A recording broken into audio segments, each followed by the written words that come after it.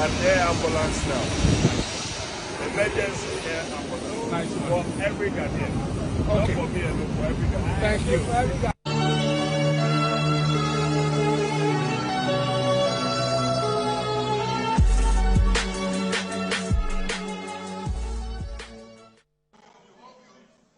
Spent on renting luxurious aircrafts for presidential travel at a time when the state of Ghana has a fully fitted and airworthy executive jet that can ferry the president anywhere in this world.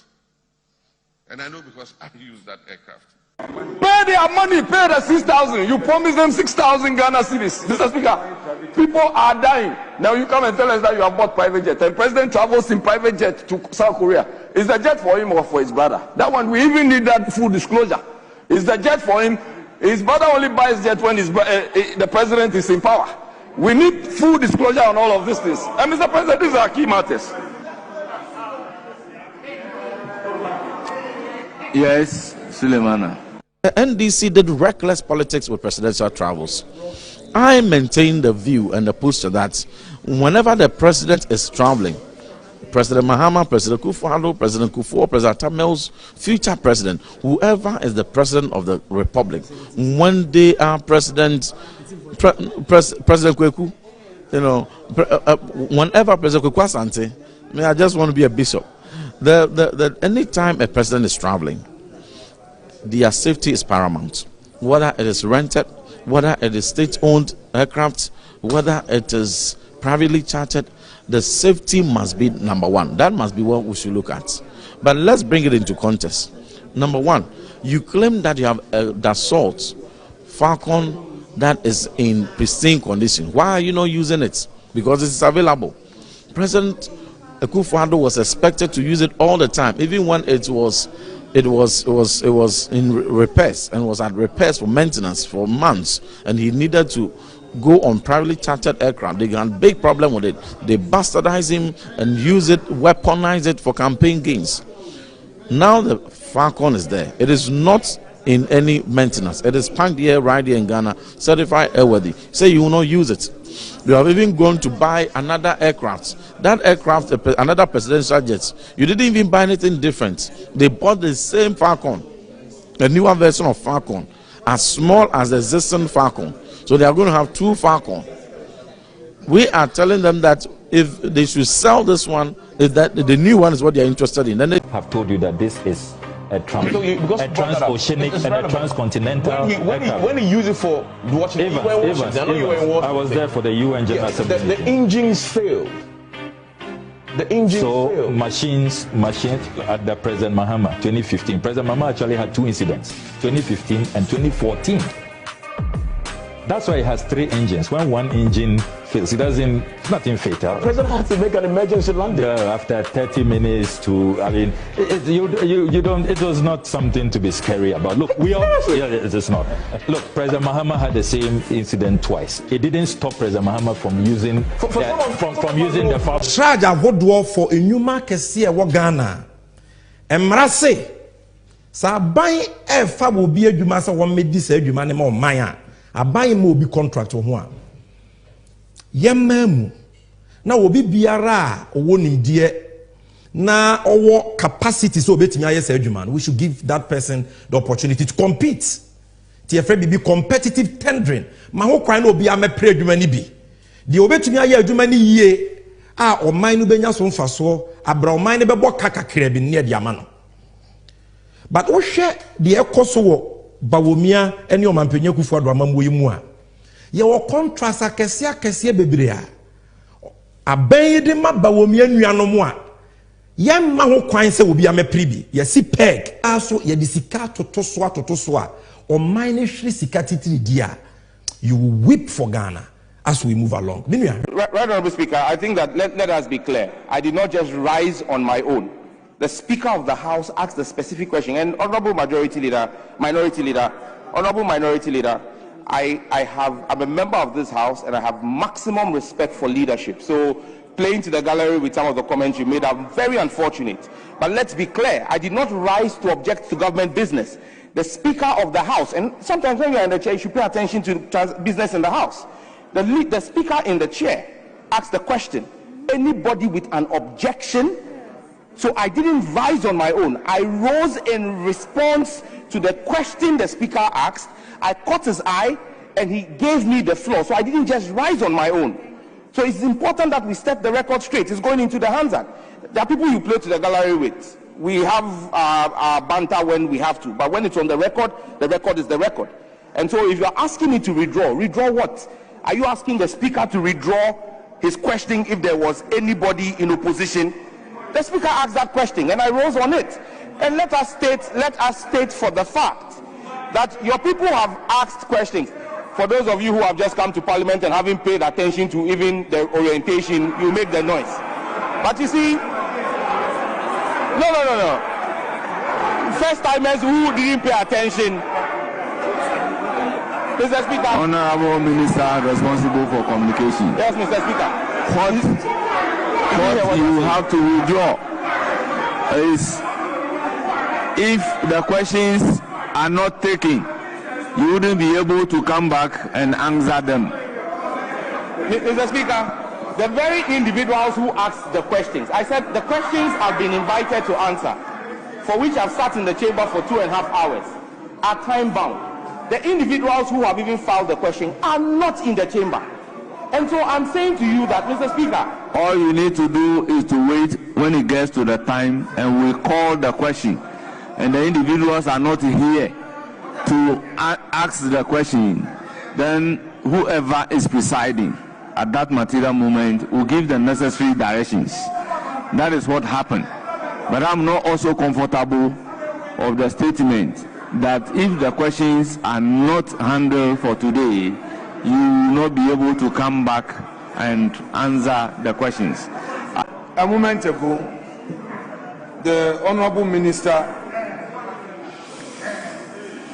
made a statement to the effect that me urging upon him to withdraw a rather unfortunate statement amounted to playing to the gallery. He went on further to use his left hand to point at some colleagues at the back bench, claiming that they have just come and they should go and learn the rules. Mr. Speaker, Honorable Sam George indeed is a colleague member of Parliament. But he knows, and I know, that once you become a minister of state, you hold an elevated position. And no matter what, all of us must accord that rank the needed respect.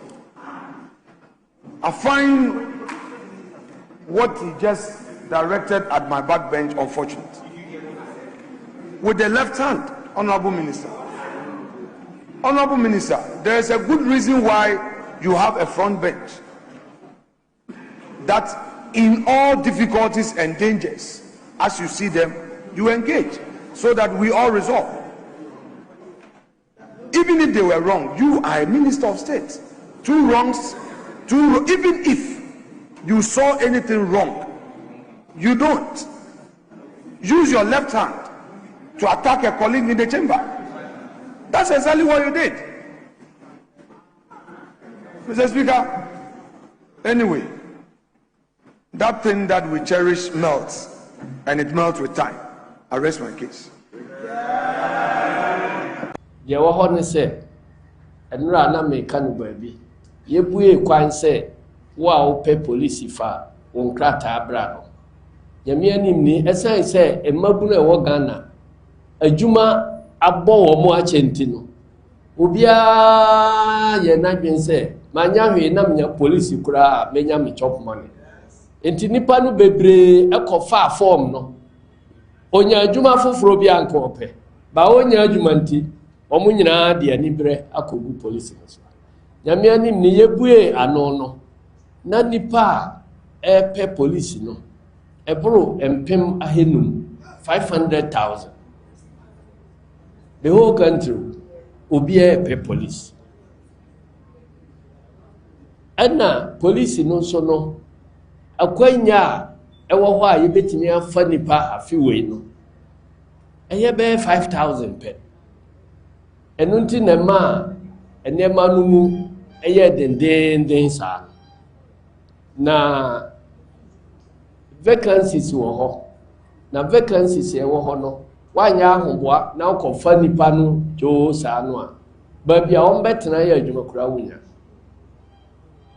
sika a wode bɛtua wɔn ka koraa wonya nora na meka no baabi sɛ 500,000 youth no ɛnyɛ adeɛ a yɛbɛtumi afa wɔ mu nyinaa enti meka sɛ yɛfa polisifoɔ 500,000 ɛhefoɔ ne ɛbɛba abɛkyi saa polisifoɔ no ɛhefoɔ no wɔn kɔkye wɔn báwo sɛ ɛyɛzu báwo sɛ nipa bi ani abere a wɔn kasa tia ne adeade nyinaa na yɛdi agorɔ no nan nnɔkorɛ so na yɛka o efiri sɛ ɔn sɛ ɔman biara no yɛwɔ polisifoɔ dodoɔ a yɛtumi hwɛ ɔman no so ɛma awudie ne biribi biara ɛkɔ fam ɛno nti United Nations abu akonta a ɛkyerɛ sɛ ɔman a wopɛ sɛ asundwe ba no anyɛ hwee koraa no polisini baako biara no ɛsɛ sɛ ɔhwɛ nipa 500 so anaa 450 so enti sɛ ɔhwɛ ɔman yi yɛ population no a ɛnam bɛyɛ 35 million enti wokyɛke sɛ yɛhia polisifoɔ sɛn ɛna ɛbɛtumi ahwɛ ɔman no so ama asundwe aba mu a wode 35 million no wo divide by 500 a deɛ wobɛnya no ɛkɔ bɛyɛ 80,000 from 75 to 80,000 ɛno nti no sɛ polisifoɔ bɛyɛ 80,000 ɛbɛtumi ahwɛ ɔman mu nyinaa ama asundwe aba saa bere yɛwɔ bɛyɛ from 35 to 40,000 security nti a yɛmmɔ exact number no bawo de fa no sɛ 35 to 40,000 policemen wɔ hɔ sesia enti wopɛ sɛ ɛkɔ 80,000 a ayere so a 40,000 biem ɛna ɛsɛ wofa.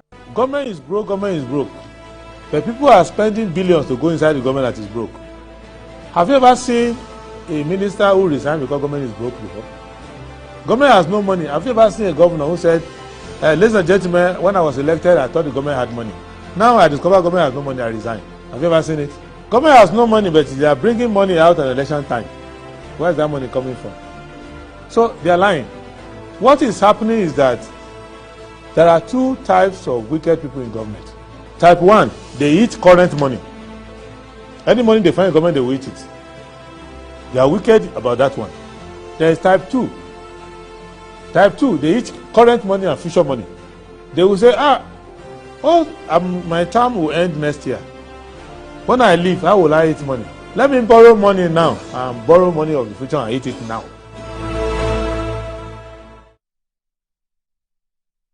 All right, good morning. Good morning. Thank you very much for joining the show. This is Good Morning Ghana on Metro Television. Today is the 17th of March 2026, and this is the day the Lord has made.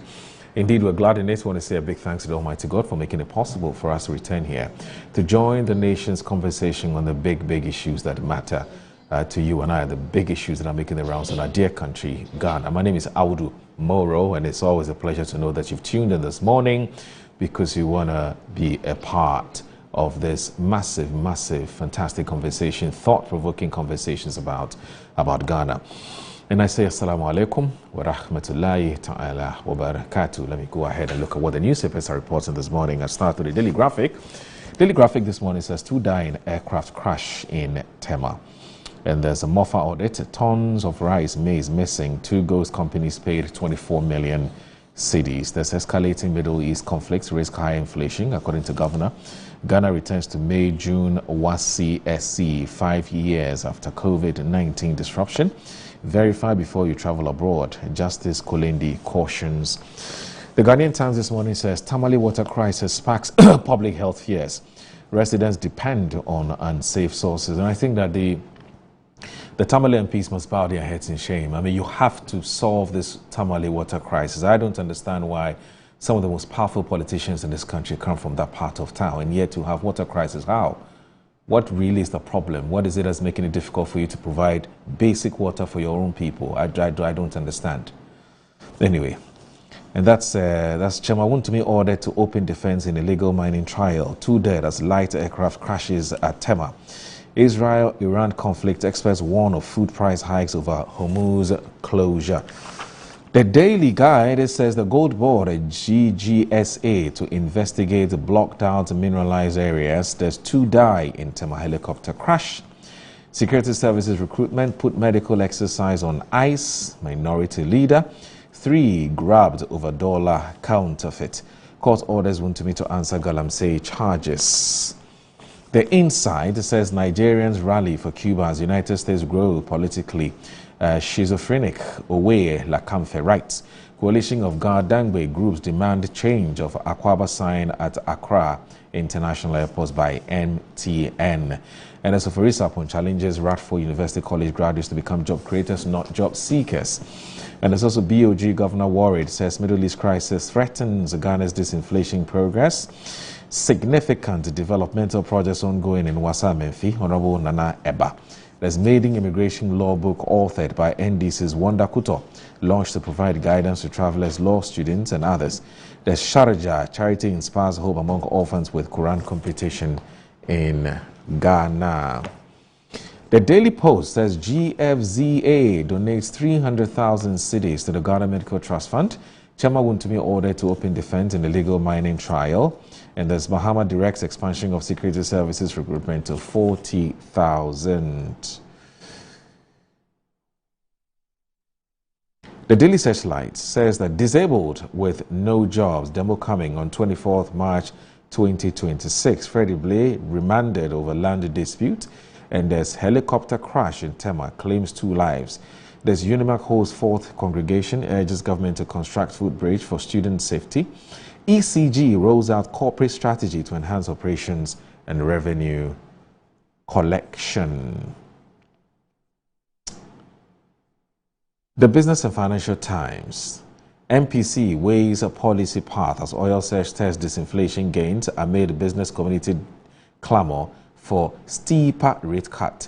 Sustainable economic growth depends on strong SMEs, not just large corporations. MTN CEO as MTN Ghana launches SME Accelerate program. There's Fido partners Uber to provide loans for drivers. And then there's MTN passes VAT savings to consumers, boost economic competitiveness. Well, that's it for the newspaper review. Let me check out what's online. Let me start with my Joe Online that says if 1D1F worked, unemployment would survive or would have been solved, according to GNCCI boss. There's also the Potting, a fuel tanker explodes into massive blaze as thick smoke billows into the skies. One of actually our community watch for today. The residents there have sent us videos of what exactly happened. We'll play that video on our community watch segment on Good Morning Ghana, which is a new introduction to the family. I'm sure that you enjoy it. The whole idea basically is that we want you to be able to use the Good Morning platform as a platform where you tell us or you inform us about some of the problems or challenges that you're facing in your community, so that the duty bearers would be aware and they would do something about it or they will address it. So today we're going to go to Cape Coast and we'll tell you exactly what's happened with that Potting fatal gas explosion or tanker explosion. We'll tell you a bit more about that. There's Freddie Blay remanded in custody, case adjourned to April 9. Mahama directs expansion of security services recruitment to 40,000. Now security, it's 40,000 within the security services. City Newsroom says Freddie Blay will challenge remand order at Koforidua High Court. There's Ghana's external reserves rise to 4.5 billion, that's $14.5 billion US dollars. BOG governor, skills gap threatens job prospects for 1.2 billion young people, according to the World Bank. MetroTVOnline.com, your favorite, my favorite, MetroTVOnline.com. It's our favorite, actually, I should be saying. It says that Henry Osakoto must communicate with decorum. NDC Deputy National Comms Officer hopeful ones. Kaswa boys don't smoke, they only take attire. Eastern P. She's actually my very good friend. They only take attire. Okay. GFA assures fans of Marvin Senaya's commitment to Ghana amid Togo call-up drama. There's new tools deployed to curb election violence in West Africa. Kudus misses Black Stars friendlies as injury recovery continues. So to other picks, Benjamin Asari as only local player for international friendlies. And so these things break my heart. You know, we have a league, we're supposed to be churning out the best talent, and they can't make it to the national team. I don't understand. There must be something really wrong with our local league, you know. Anyway, I look at a 25-year-old microlight, helicopter involved in tragic Tema crash. Burna Boy emerges first African artist to gross $3 million on Oceania tour. Wow. I should have taken my singing more seriously. $3 million. Wow. Beyond the Brillia, rethinking the national science and maths quiz for true equity. BOG governor warns Middle East tensions could threaten inflation. Ghana snatches Paul Sanaya from Togo in dual nationality battle. So that's Ghana Web. So I've looked at Metro TV, I've looked at Ghana Web, I've looked at the City Newsroom, I've looked at my Joy Online. All right, so that's it for the online and newspaper review. Please stay with us. My guests are seated. I'll tell you who they are shortly. Please don't go anywhere.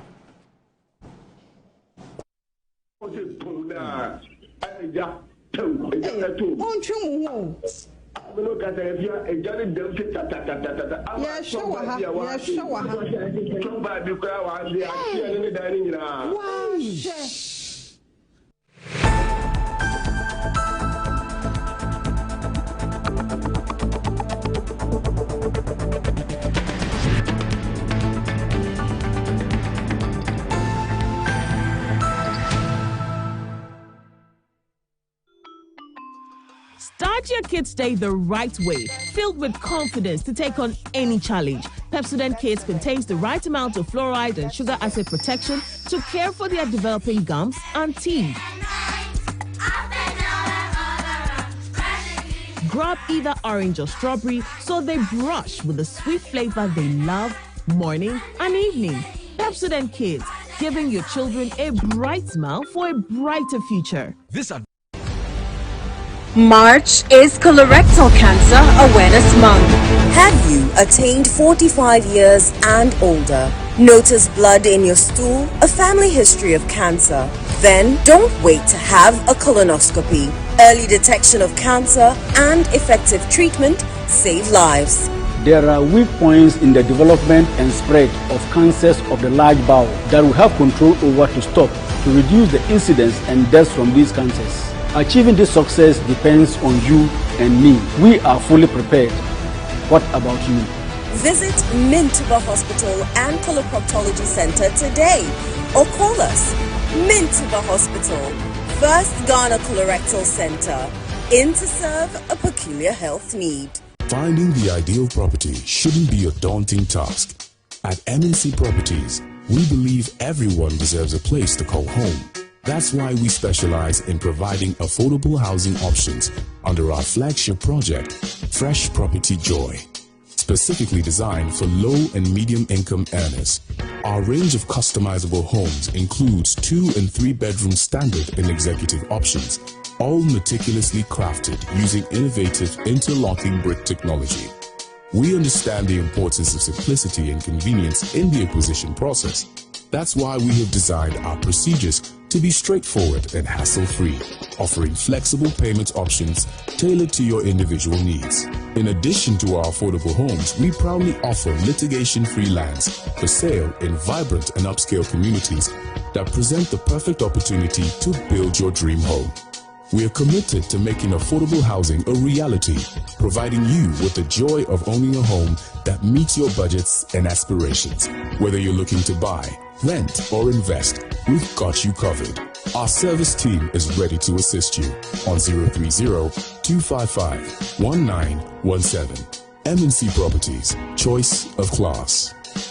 Brush, brush, brush, brush, brush, brush, brush, brush your teeth.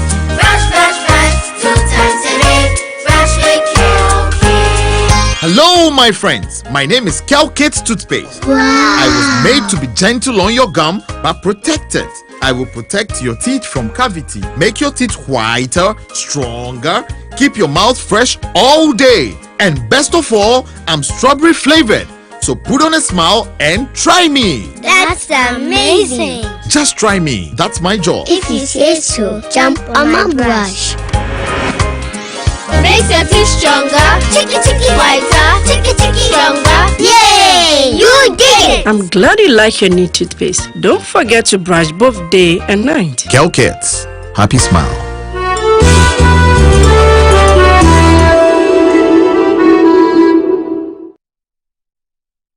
Yes, next.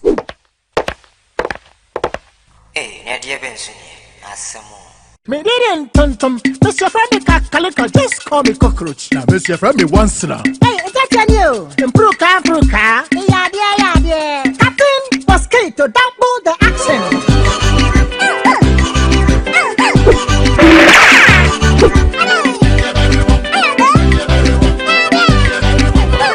Me didn't sasso spray. Mr. Friend is sasso quell. Yeah, go to my sasso.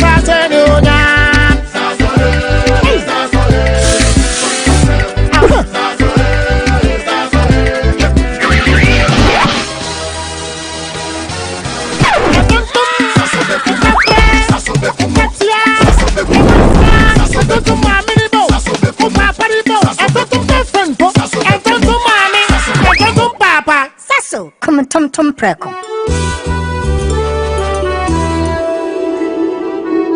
Hey, Unia, new release niana. Kaya gum. A bitino was me new release. Me can no access fit muhono. And na Tabotech Garages Limited. Akwafa besiesi amana aye nitia. Obi ase ye car mu no. Accident car no na. Tabotech Garages Limited. Amana se gina ne naso sa no. Me se wo akwafa broni fita engineer afri abrochira ba. And wo check cars no. Na wo hunu ba bi a Ford krowo. And ho spare parts so wo de hye. Afene si road. And so ho charges kakra bi o. Tabotech Garages Limited. Wo ye general servicing. Ebili engine overhauling, engine tuning, oven spraying, general electrical works, air condition installation work, BMU, upholstery, gearbox, make a day. Tabotech Garages Limited. Apart from sir, car that wotimi ato, and now our trauma one was sire importation of cars and who spare parts. If I butcher Wokoto car mawa, a free. Ace, also what you call Tabotech Garages Limited. Our La Paz Malam Road. After Bayard traffic light, wah. Bibiania for 0206 48 1793 and now 0542 96 1111. Website tabotechghana.com. Tabotech Garages Limited. Hey, kaya will be a benyani. Tabotech Garages Limited. Your car beauty and the power boosters. In my line of work, a confident smile is everything. Kel Charcoal Toothpaste keeps me on top of my game and ensures my smile is always radiant and bright. With the tiring nature of my job, we spend several hours under the scorching sun. To keep our teeth white and our breath fresh all the time, we use none other than Kel Charcoal Toothpaste. Kel Charcoal Toothpaste. You're on a Kessie and in a kit one. Samayo Kendini, a who be here, some make us a papadia to a mammy man for Kel Charcoal's natural ingredients, and a bomb is so by a man is swing, and a sansu mama hotel so a will beg you. Kel Charcoal Toothpaste. Choose Kel Charcoal Toothpaste for anti-cavity, whiter teeth, and fresher breath all day. Available in 80 gram and 150 gram. Grab yours today. Kel, happy smile. This advert is FDA approved. When nations rise, it begins with bold conversations. When economies grow, it is driven by partnership. This April, Ghana's business and policy leaders converge at the Pro Business Forum 2026, the nation's premier platform for investment, enterprise, and economic transformation. With special guest of honor, His Excellency President John Dramani Mahama, joining captains of industry, financial institutions, investors, and entrepreneurs. The Pro Business Forum is more than just an event. It is a call to action. And so let us work together to build a Ghana that is competitive, productive, and inclusive, and a Ghana that creates opportunities for all. Come, let's engage in high-level dialogue, explore industry exhibitions, build powerful networks, and unlock real opportunities from finance and insurance to manufacturing, agribusiness, SMEs, and innovation. This is where it all happens. From the 3rd to the 5th of April 2026 at the Kwo Convention Center in Praeso Hills. Go to www.kwobusinessforum.com and register now. To register for exhibitions, call 059 555 5885 or 059 555 5995. Kwo Business Forum. Connect, promote, grow.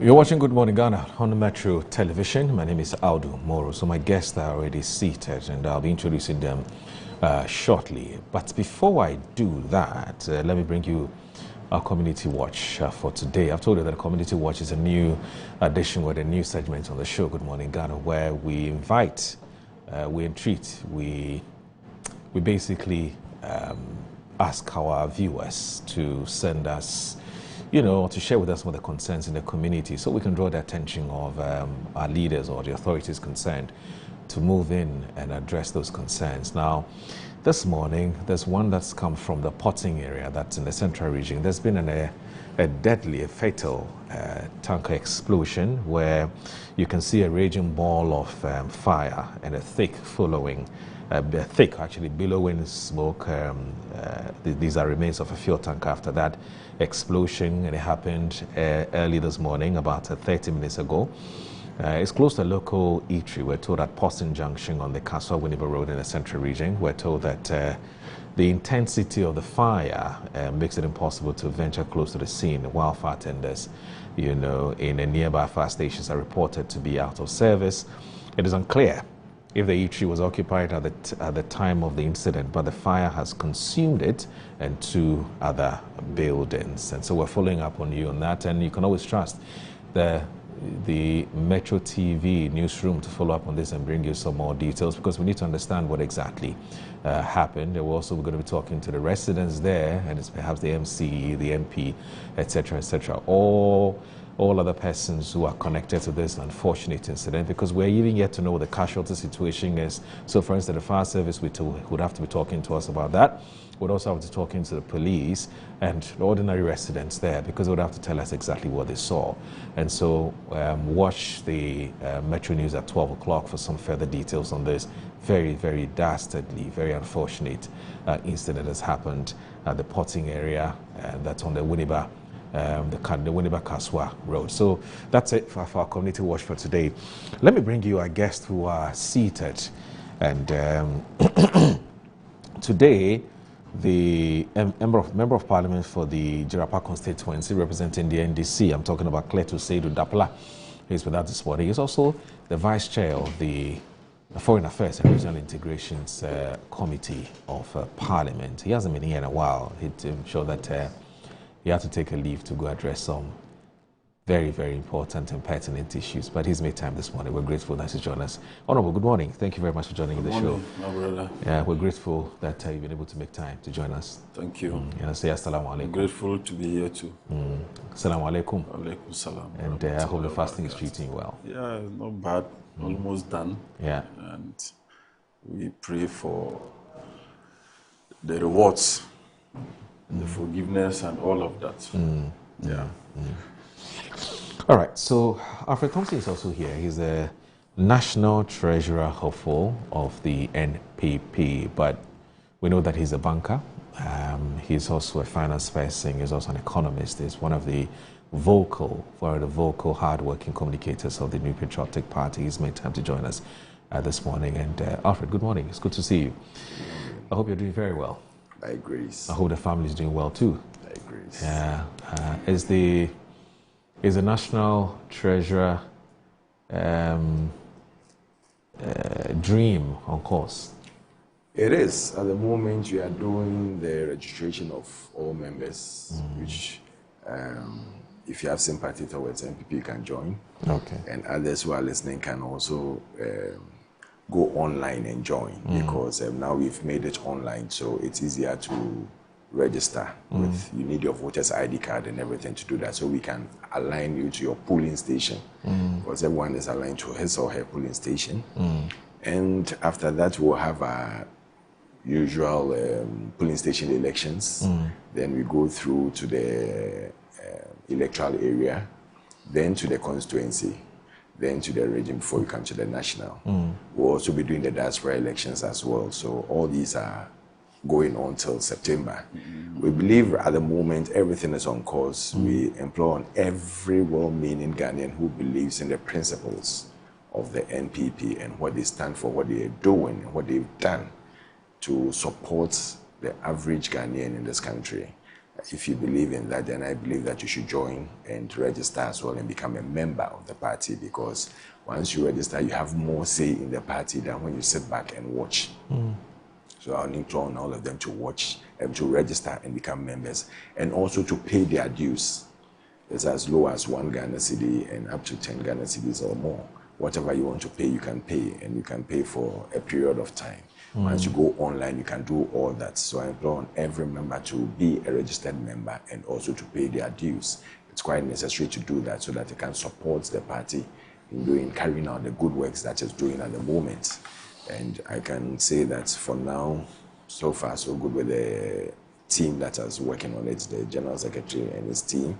They are doing so well, and I implore on them to make sure that we reach every hook and corner of this country. Kudos to them, Justin Kodua and his team. Okay. All right. So far so good. So far so very good. When do you intend to start your tour?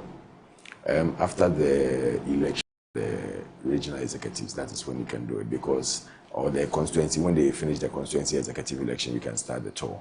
Because at the moment, you know, there will be some changes. Some people will stay in, some people will go out. And when you start the tour now, you have to go twice or thrice more. But when you speak to them and you wait for the right time to move, that is good. So for now, we are doing phone-ins, we are doing whatever we have to do to be in touch with them and also to wish them well and to support them in their endeavors. Then after that, when they are done with the constituency elections, because ours is voted by constituency and regional, and then the national level. So after that, then we start the main tour and make sure that we are voted for. I believe that, yes, so far, with what people know about me and what I stand for, I know that they'll vote for me. So I'm confident. I'm very confident. And I'm going to work hard to make sure that I wouldn't take it for granted, because politics is about service. Politics is about giving to people. Politics is about putting your life in front there for people. You'll be stampeded on, you'll be trampled on, they'll do so many things. But you have to start and know that once you've put yourself in politics, you are giving your life to people to serve them, to make sure that you improve upon the lives of people. And that's what you are going to do. That's what you have to do as a party. I noticed that this National Treasurer position appears to be one of the less visible positions in both political parties. You hardly hear about national treasurers unless the party is going for Congress, where the national treasurer then comes and addresses the public or the delegates about the party's financial position. But otherwise, it's usually quiet. I mean, so when the national positions or the national executive positions have been discussed, even in public discussions or public conversations, there's always a talk about national chairman, general secretary, national organizer, youth organizer, and so on, even their deputies. But you hardly hear national treasurer. Why do you think that's the case? Is it because it's a position that's not that significantly appreciated? It's one of the critical positions in the party, if you ask me. Okay. Because whatever the general secretary does in his daily affairs, he needs the treasurer. He needs the treasury to support him. He cannot move on his own. He cannot move his own money. He needs treasury to support. And once you are doing that and you do it well, then you get the treasury coming out. Also, one thing that when you look over the years, you don't get is that people just see the treasury as just keeping money and just making sure that whatever we can get for people we do, or we raise some few funds and that is it. there's something we call in treasury accountability. People should know what their monies are being used for. People should know what their monies, where they are putting their money, and how it can be accounted for. And these are things that are very critical in every political party. You know, as part of the registration or as part of continuous registration of a political party, you are supposed to submit your yearly accounts. And these are things that the Treasury has to make sure they do it and do it well. It's not only to the Electoral Commission, but to the people they are serving, to the constituents, to the delegates, to the party people. They need to know what is coming in and what is going out and what is being used for. When you put it very well, you realize that the aura around the Treasury will now shine. And people will see the worth of the Treasury. And that is what you are bringing on board. We need to bring something innovative. We need to bring things that will get to the doorstep of every well-meaning party member who has paid and contributed to make sure that the party stands tall. And that's what you are going to do. Accountability so how many competitors and transparency. how many competitors? You don't have to mention names, but how many competitors do you have in that position? Personally, I know about myself. I know some people want to come on board, but they haven't really come out to say they are coming. So I really can't put a figure to it. Does that speak to perhaps the perceived unattractiveness of that position? Not at all. So if you look at national chairman, because when they look at it, maybe they're looking at other positions because of what the Treasury entails and the financial background, the accountability. Also, the secretary to the finance committee. So you need to do a lot of things in there. It's not just about going to sit down and say that I'm just managing the monies that are coming in. You have to know how to seek money with the finance chairman. Why should we even be electing a national treasurer? Why can't we appoint? Because it requires a certain level of expertise, doesn't it? Yeah. A certain level of skill set. It's not a common sense kind of thing. Oh, common sense is also needed. No, I'm saying that common sense alone won't work. You need some accounting, finance background. I mean, it's just like presidency.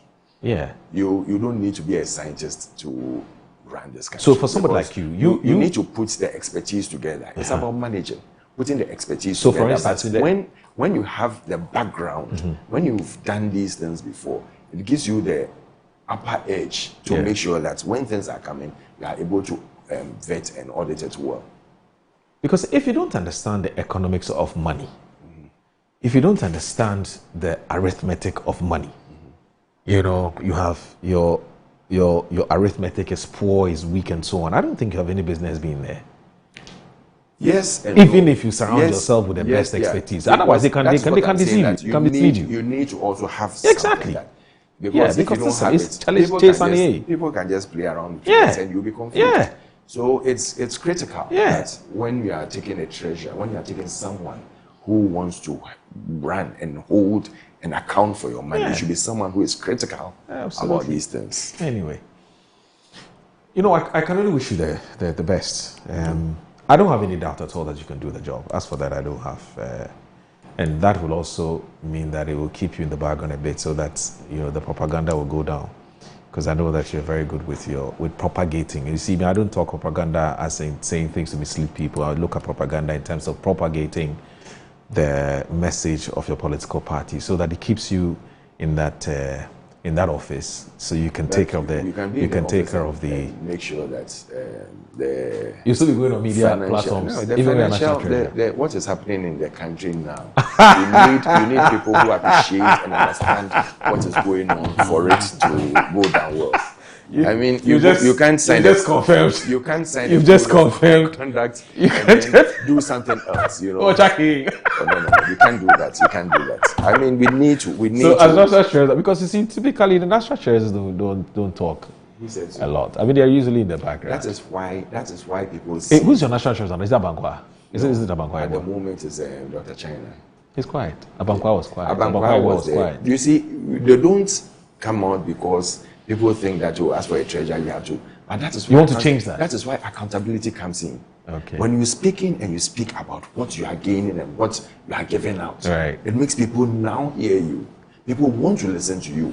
People who want to. Their transparency should be there. Yeah. You see, let everything be transparent. Let people feel that am I just joining the party because we are all going here, or because it's a left, right, or something. Okay. Let people come because they feel that, listen, there is something unique in the party.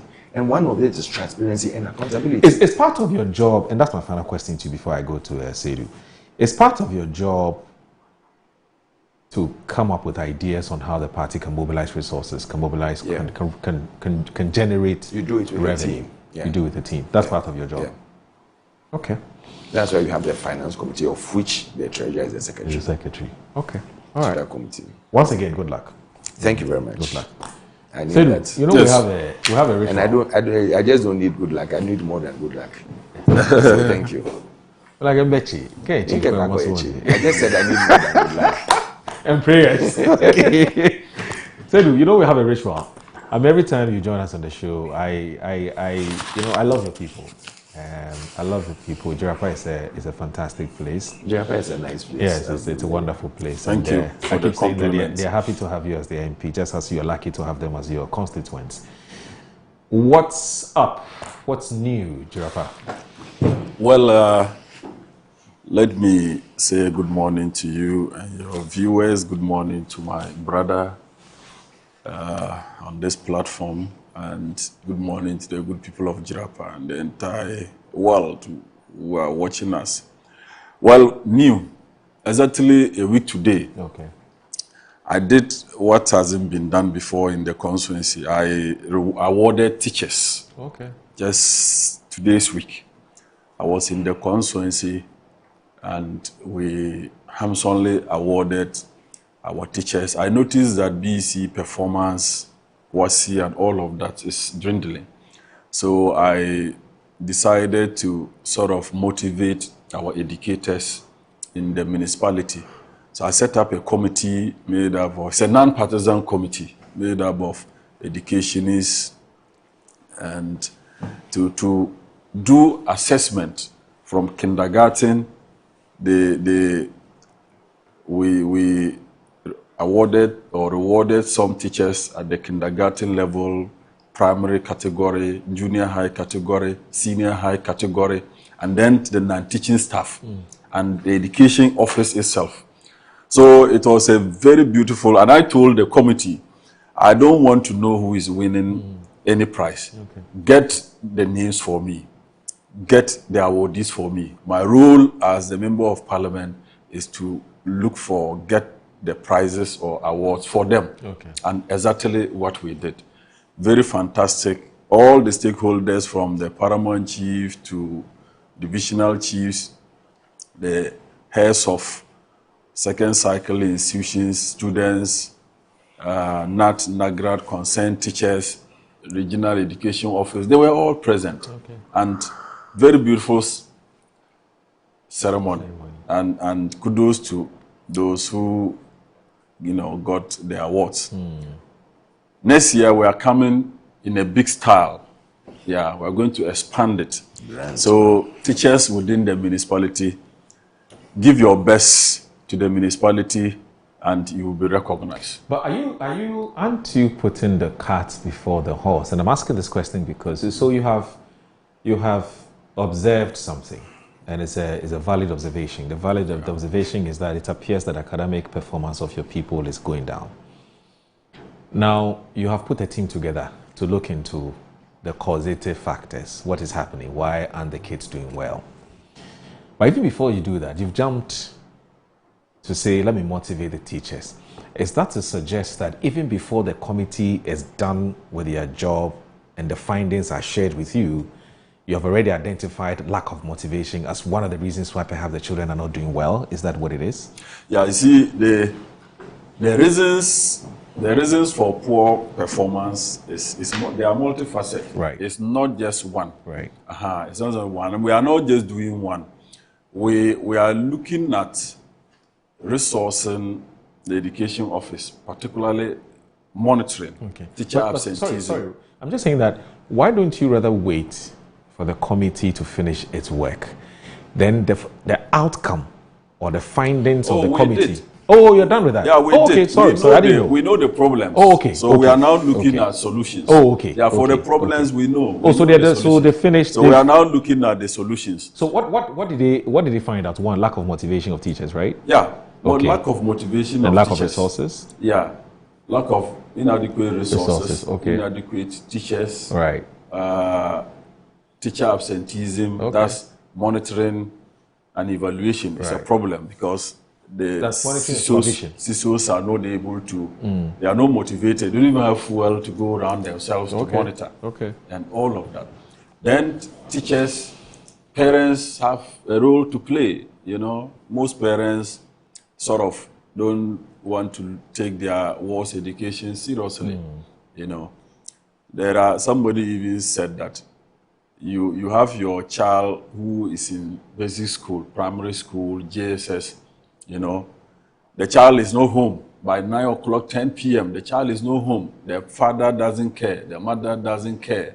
You understand? This one, you can't blame the teacher. Right. You see, the teacher will do his or her part. When the child is home, it's you, the father, the mother, the guardian. You need to also take charge, you know. So it's something that we really discuss. You know, we identify the challenges, the causes. Then we are now looking at how to implement, what solutions to implement to solve the problems. And one of them was also the fact that the teacher that is at the center of impacting knowledge needs to be motivated. So we didn't want to do it in a way, we couldn't do it haphazardly. So we decided that, look, let's reward deserving teachers. Okay. Let's get a committee to assess teachers at the kindergarten level, teachers at the primary level, teachers at the junior high level, teachers at the senior. We have 4 secondary schools in Jirapa. So we did all this, and they came out with a report, made recommendation, who deserve what. Then we got the prizes for them. So it's the challenges of falling standard of education in the municipality. It's just not one cause. Right. No, there are, you know, many reasons. But you have to tackle it from at least one end to the other. So all stakeholders within the municipality should come on board. Next year, we are going to do it bigger than what we did last Tuesday. And we will even solicit for support from corporate bodies and other individuals who are willing to support us with some of the, you know, the prizes.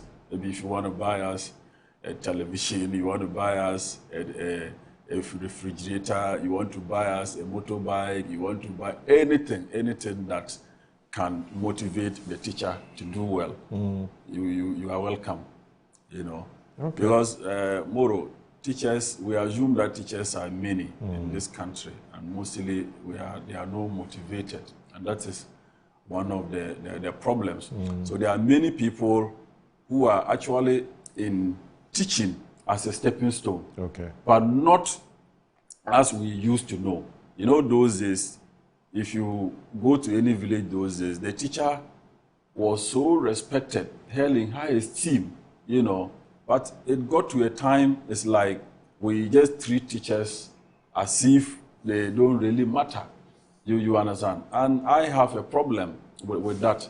And I always say that the teacher unions, particularly NAT, you know, NAT itself, by the contribution teachers generate, NAT itself can motivate teachers to work. Okay. NAT. Because they get a lot of money. Not raking millions of Ghana cedis from teachers by way of dues. Okay. You see. So you don't only wait for government to motivate your staff. The monies you are collecting from them, you can, in a way, motivate your own staff to work. You understand? They are your employees, they are your members. You understand? So if you have so much money, invest in the teacher. The teacher that is at the center of impacting knowledge. Invest in the teacher. Motivate the teacher. Come out with packages that will make the teacher to be self-motivating enough to stay in the classroom and then teach our children. So NAT, please don't renege on your roles as mother association. NAGRAT, you know, they are doing very well, concerned teachers and all of that. These are all associations that teachers belong, and they deduct dues from them as source. So when you take these dues, you just don't take these dues and better the lot of your staff, those who work at the NAT secretariats and those. And sometimes I wonder, I'm like, the teacher that contributes the money, you even go and plan, you even factor in the teacher. And I had a problem. I'm saying this because I was a teacher. And I wasn't happy way back 2004, 2003, 2004, 2006. I was so worried about our mother association. I was like, why? We contribute the money. And when you look at their action plan, they are so much focused on how the staff, you know, they give the staff good loans, you know, well, blah, blah, blah. And the teacher is not even put in anywhere. I was like, how? What is happening? So NAT, let's change our style. We should not just allow motivation of teachers to be in the hands of only government. You rake in so much resources. You have so much investment, so many investments that you use the teachers' dues to put in. Use that to motivate the teacher so that you can support government. The children are our children. The children are our children. We need to mold them. We need to, you know, character molding, building, you know, so that we can have a responsible society. They are the future of of this country.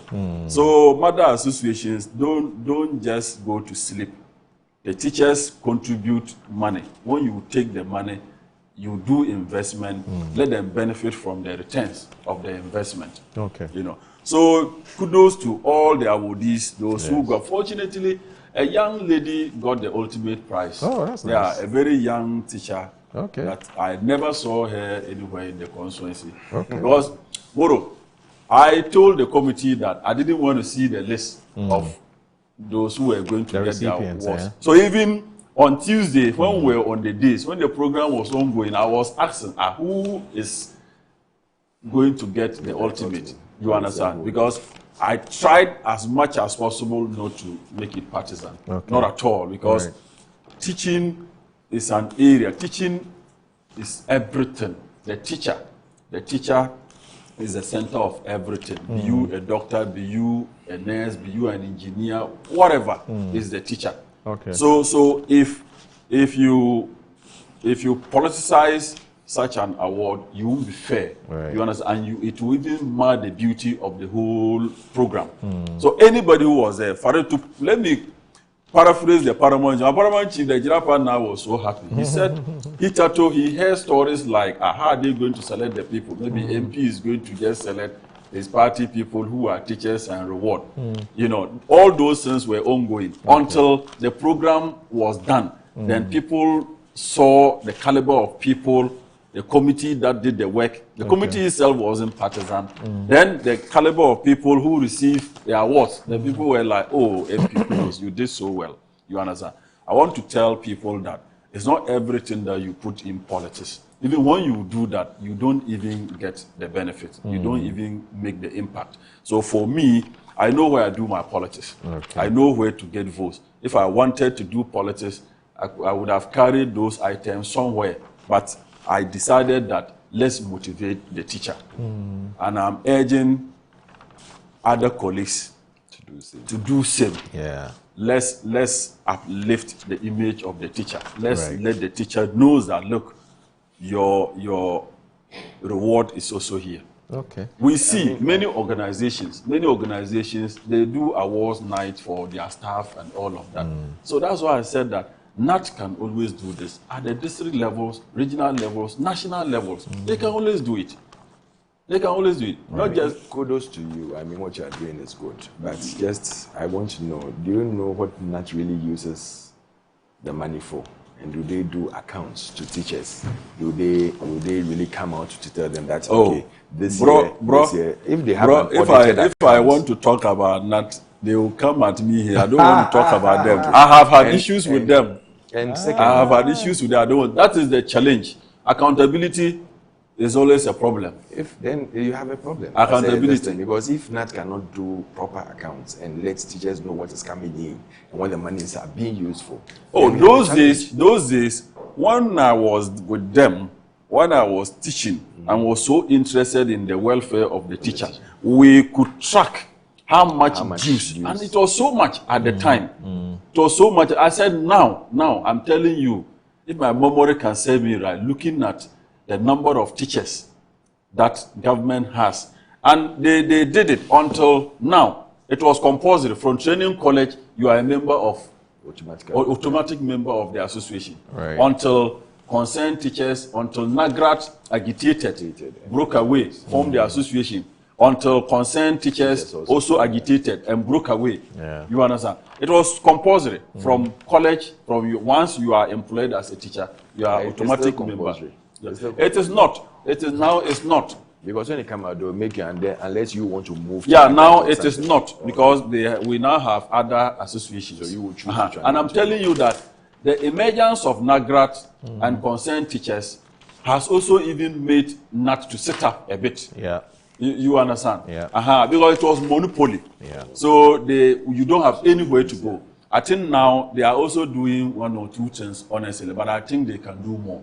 Looking at the amount of money that they rake in a month. Well, they still have majority of the teachers. Okay. They still have the numbers. Okay. And also in your I notice he's taking the teachers matter very, very, very seriously. I mean, have you been a teacher before? Education is falling. I know. Particularly education is falling. Yeah.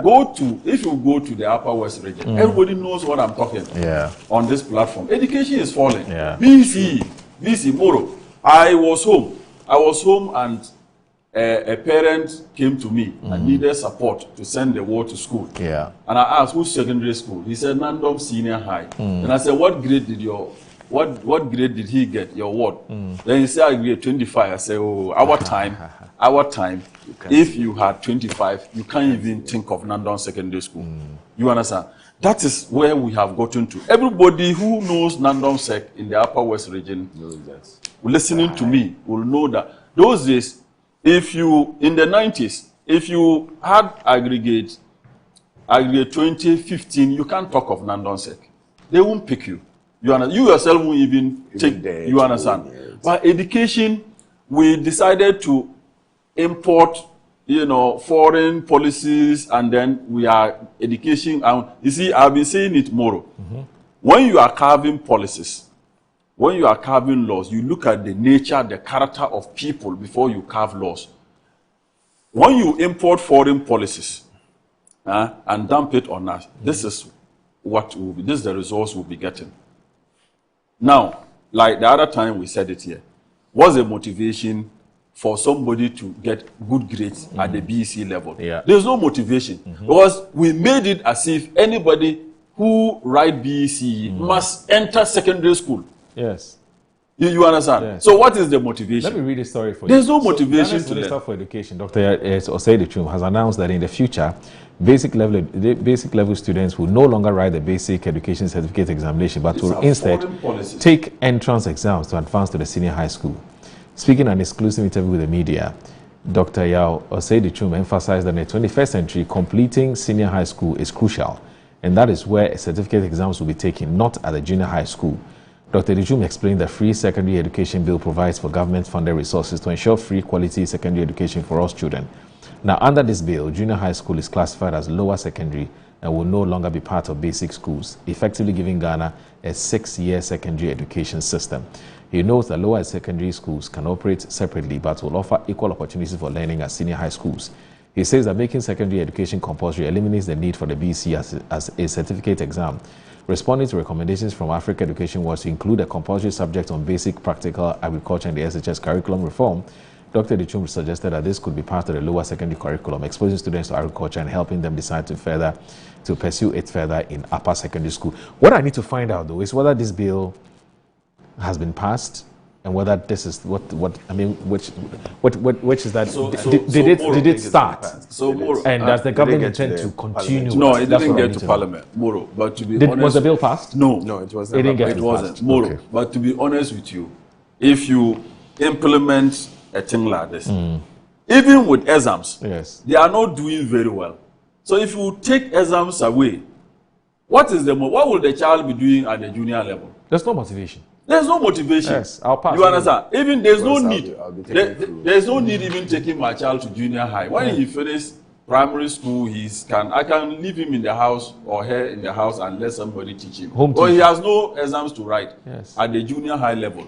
So these are the foreign policies that I'm talking about. When you import them wholesale into an African country like Ghana, where our character, the environment is different, our nature is so different, you will miss the point. And that is why we are not getting it right. I just want to check on the teacher motivation thing. Do you also have teachers who have worked 40 months and have not been paid? Do you have? In your constituency, do you have teachers who have worked for 40 months and have not been paid? No, it hasn't come to my notice. Your constituency? No, it But hasn't you know come that to is my going notice. on in the country. It hasn't come to my notice. You see, because teachers are complaining. When you started talking about teachers, some yes, I working for over 40 months. Yes, I understand. I understand that very well. It has. The truth of the matter is that it has always been like that. No, but it was curbed a bit. Listen, let me tell you why. It has always been like that. Even when we entered college, this training allowance, you understand, it took us 11 months before it came.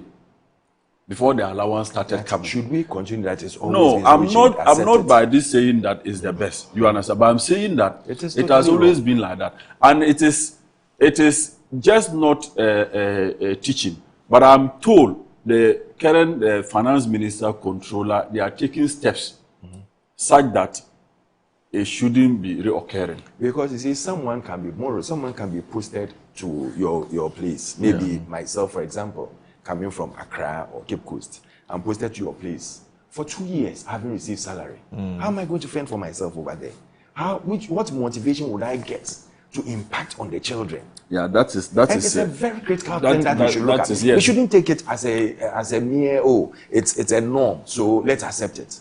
This is unacceptable. Highly unacceptable. Immediately you post the person, you need to make sure that his first month is going in.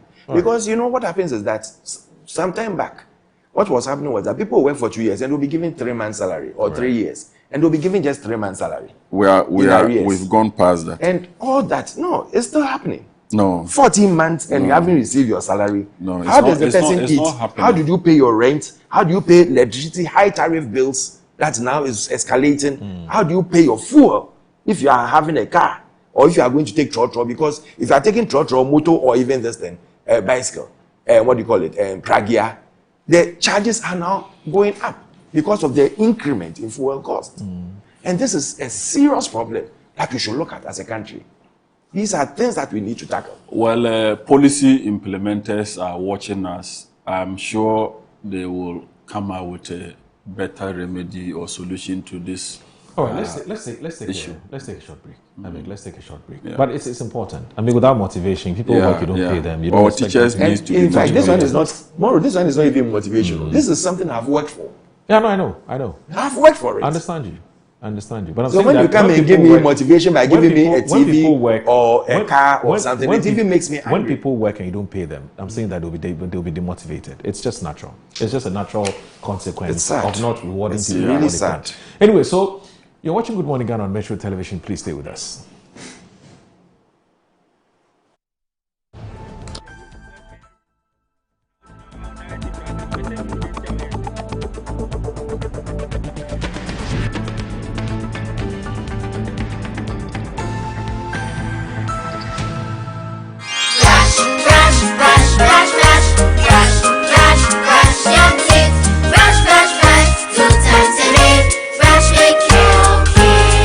Hello, my friends. My name is Kelkit Toothpaste. Wow. I was made to be gentle on your gum, but protected.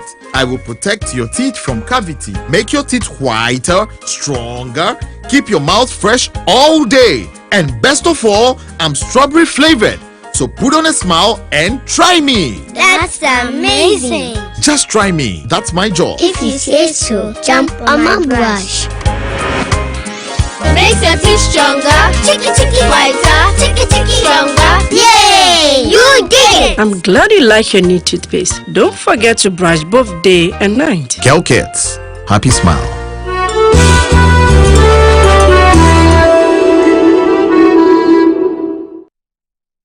Are you ready to revolutionize the future of agriculture? The Ministry of Trade, Agribusiness and Industry, in partnership with the Ghana Exim Bank, proudly presents the Ghana Agrotech Fair 2026. The fair will feature exhibitions, market linkages, masterclasses, and workshops on climate-smart farming, digital tools, and export development. Join us at the Black Star Square from March 17 to March 19 at 9 a.m. each day. The President of the Republic, His Excellency John Dramani Mahama, will be assisted by the Minister for Trade, Agribusiness and Industry, the Honorable Elizabeth Ofuswejari, and the Chief Executive of the Ghana Exim Bank, Honorable Sylvester Adina Mensah, to open the fair. Government agencies, agrotech firms, startups, farmers, financial institutions, and the general public are all welcome. To exhibit or for inquiries, call 0559 679326 or 0242 585419. Ghana Agrotech Fair 2026, transforming agribusiness through local innovation and technology.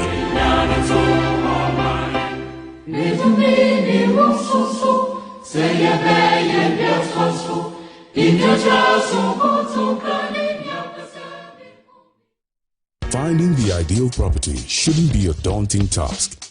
At MNC Properties, we believe everyone deserves a place to call home. That's why we specialize in providing affordable housing options under our flagship project, Fresh Property Joy. Specifically designed for low and medium income earners, our range of customizable homes includes 2 and 3 bedroom standard and executive options, all meticulously crafted using innovative interlocking brick technology. We understand the importance of simplicity and convenience in the acquisition process. That's why we have designed our procedures to be straightforward and hassle-free, offering flexible payment options tailored to your individual needs. In addition to our affordable homes, we proudly offer litigation-free lands for sale in vibrant and upscale communities that present the perfect opportunity to build your dream home. We are committed to making affordable housing a reality, providing you with the joy of owning a home that meets your budgets and aspirations. Whether you're looking to buy, rent, or invest, we've got you covered. Our service team is ready to assist you on 030-255-1917. MNC Properties, choice of class. Wabedum tamaso. Hey, J. Watch it, na learning. Missy, watch and learn. Mekwema besisia. Abozig. Akache say no ya konate and the more drink woman. Hey. But I didn't mean. Oh, sorry. She knew her old days. Eji. Dabio, baby wom. Ready. Hey, baby wom. Ah, Eji. I'll cause some discomfort. Ah. Sorry, well, uncle, where would the dad? Why your funeral? Say a sorry insecticide GB at a user. Co pharmacy in a shop biam. Na mum say a pharmacy supermarket and a shop ra. Na repedudu to a cotonwa. On for Royal Dutch and our Aerofield Trading. Effie spray with daimwa. Chansima a dronu. Ansana a radine. Inkratui FDA ajatum. When nations rise, it begins with bold conversations. When economies grow, it is driven by partnership. This April, Ghana's business and policy leaders converge at the Pro Business Forum 2026, the nation's premier platform for investment, enterprise, and economic transformation, with special guest of honor, His Excellency President John Dramani Mahama, joining captains of industry, financial institutions, investors, and entrepreneurs. The Pro Business Forum is more than just an event. It is a call to action. And so let us work together to build a Ghana that is competitive, productive, and inclusive, and a Ghana that creates opportunities for all. Come, let's engage in high-level dialogue, explore industry exhibitions, build powerful networks, and unlock real opportunities from finance and insurance to manufacturing, agribusiness, SMEs, and innovation. This is where it all happens. From the 3rd to the 5th of April 2026 at the Crow Convention Center in Praeso Hills. Go to www.crowbusinessforum.com and register now. To register for exhibitions, call 059 555 5885 or 059 555 5995. Crow Business Forum. Connect, promote, grow.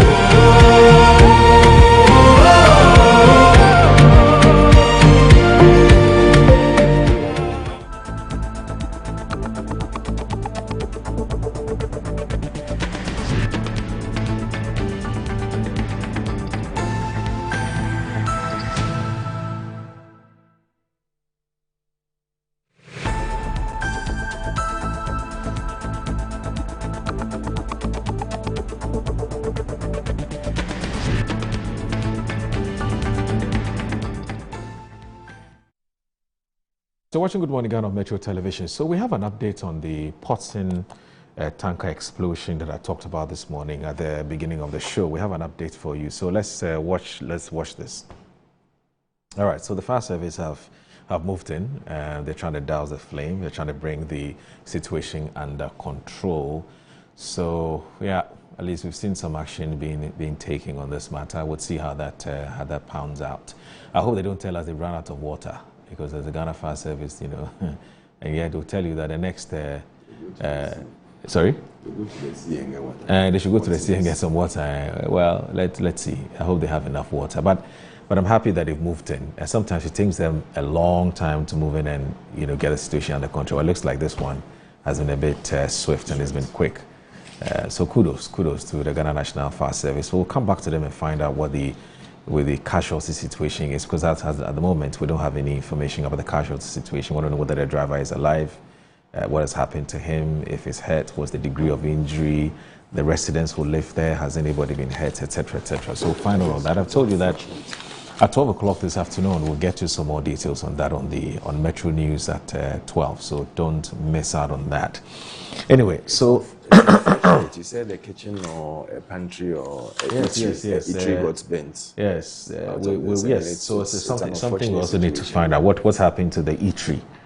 You know, because there were some people who were there. Yeah. So the fire, we're told, has consumed the eatery and 2 other buildings, but we don't know whether. We don't know the extent of the casualty situation, how many people were there even human beings in those buildings, and so on and so forth. So we need to get to the bottom of that. But anyway, so gentlemen, I want to do this briefly. You see, the reason why I want us to do this story is for 2 reasons. This water is a basic commodity. I mean, everybody needs water. It's a necessity of life. Our chaps or our friends and family and relatives who live in the northern part of Ghana are struggling with basic water, and it's something that I think is quite unfortunate and it's totally unacceptable. And of course, secondly, you do know that we have such a huge audience in the northern part of Ghana. They wake up every morning to tune. I mean, when you talk to anybody in Tamale or any part of the northern Ghana, they'll tell you that Metro is their #1 station. You know, I think one of the reasons is also because of not just the quality of the content of the programs that we churn out, but also we have some Islamic programs here, and they love that, you know, because the northern part of Ghana predominantly, and there are more Muslims there than Christians. And so, yes, it's perfectly understandable. So it would, for us, be morally unacceptable not to champion something that bothers you. It's water, you know, water, potable water. So if you look at today's Ghanaian Times, now the Ghanaian Times is not just reported it, but it's also done an editorial on this matter. And I said, Tamale water crisis sparks public health fears. Residents depend on unsafe sources. And Tamale is the 3rd largest city. It's an urban city in Ghana. So this is not some rural. Yeah, of course, even if it's a rural, it's the 3rd largest city in Ghana. So you take Greater Accra, you take the Ashanti region, and the next is Tamale. No, it's Tamale. Tamale is big.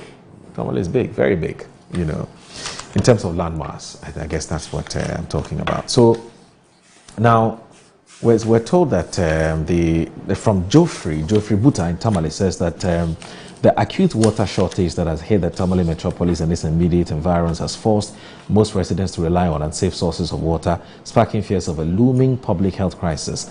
With months of taps running dry, many households now depend largely on water supplied by tanker and other operators. Now, water from these sources are used to cater for household activities, including drinking, cooking, and washing, among other things. However, concerns are mounting over whether some of the operators source their water amid reports that most draw it from an unsafe and unauthorized sources to meet the growing demand. Already, the Tamale Central Hospital has recorded rising cases of cholera, typhoid, and other waterborne diseases. A health expert at the facility told the Ghanaian Times. The public health expert who pleaded anonymity warned that the use of untreated water from open sources significantly increases the risk of disease outbreaks, particularly in densely populated urban communities. Similarly, Haja Sumayatu Al-Hassan, Tamale Metropolitan Sanitation and Health Officer, noted that although some residents relied on a number of local dams for household use, these water sources were not hygienic for domestic consumption, as they are served as drinking sources for all manner of animals. Now, she said the MCE was exploring ways to engage philanthropists and or organizations to support the provision of additional potable water sources in the metropolis.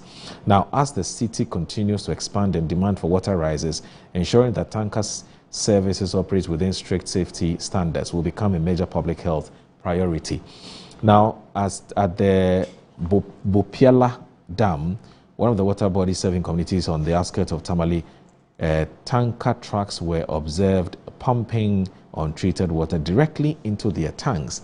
Now, a visit by the Ghanaian Times reveals that trucks parked along the dam's edge with long hoses stretched into murky water, which operators transport to residential areas across the metropolis. I can't believe it. Now, nearby residents and school children also draw water from the same dam, while livestock, including cattle and goats, drank from the same source. Hey! Now, at the Bupila Dam, it was discovered that some operators bypassed the approved water sources to enable them to meet the rising demand. Now, for people, Haja Fauzias, a resident of Lamshegu, said, for people like us who stay for weeks without pipe-borne water, we cannot ask too many questions. What matters is getting water for cooking, bathing, and washing.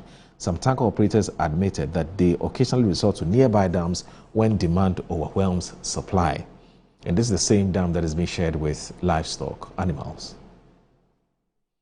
Mr. Mutala Yakubu noted that the environment around the dam is not very clean, but buyers are mainly concerned about availability. Meanwhile, the PRO of the Ghana Water Limited Northern Regional Office, that's Don Haruna, advised residents to purchase water from trusted sources and said steps would be taken to investigate operations at the Bupila Dam and other locations. Experts warned that without stronger monitoring and enforcement, water meant to alleviate the Tamale shortages could instead become a source of disease for the very communities it is intended to serve.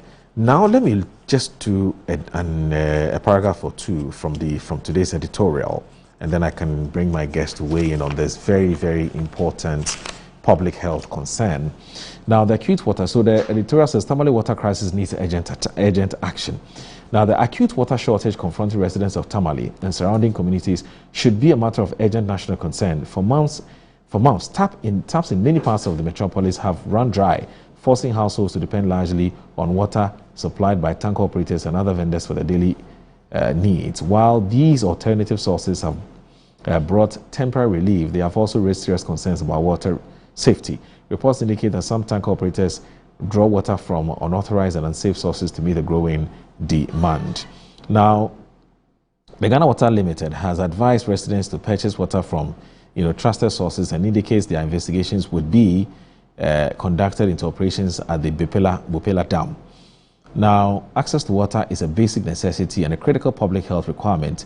Now, authorities must therefore act swiftly to restore reliable water supply, expand potable water infrastructure, and enforce strict safety regulations for water vendors. Right now, the Tamale's current situation must serve as a warning.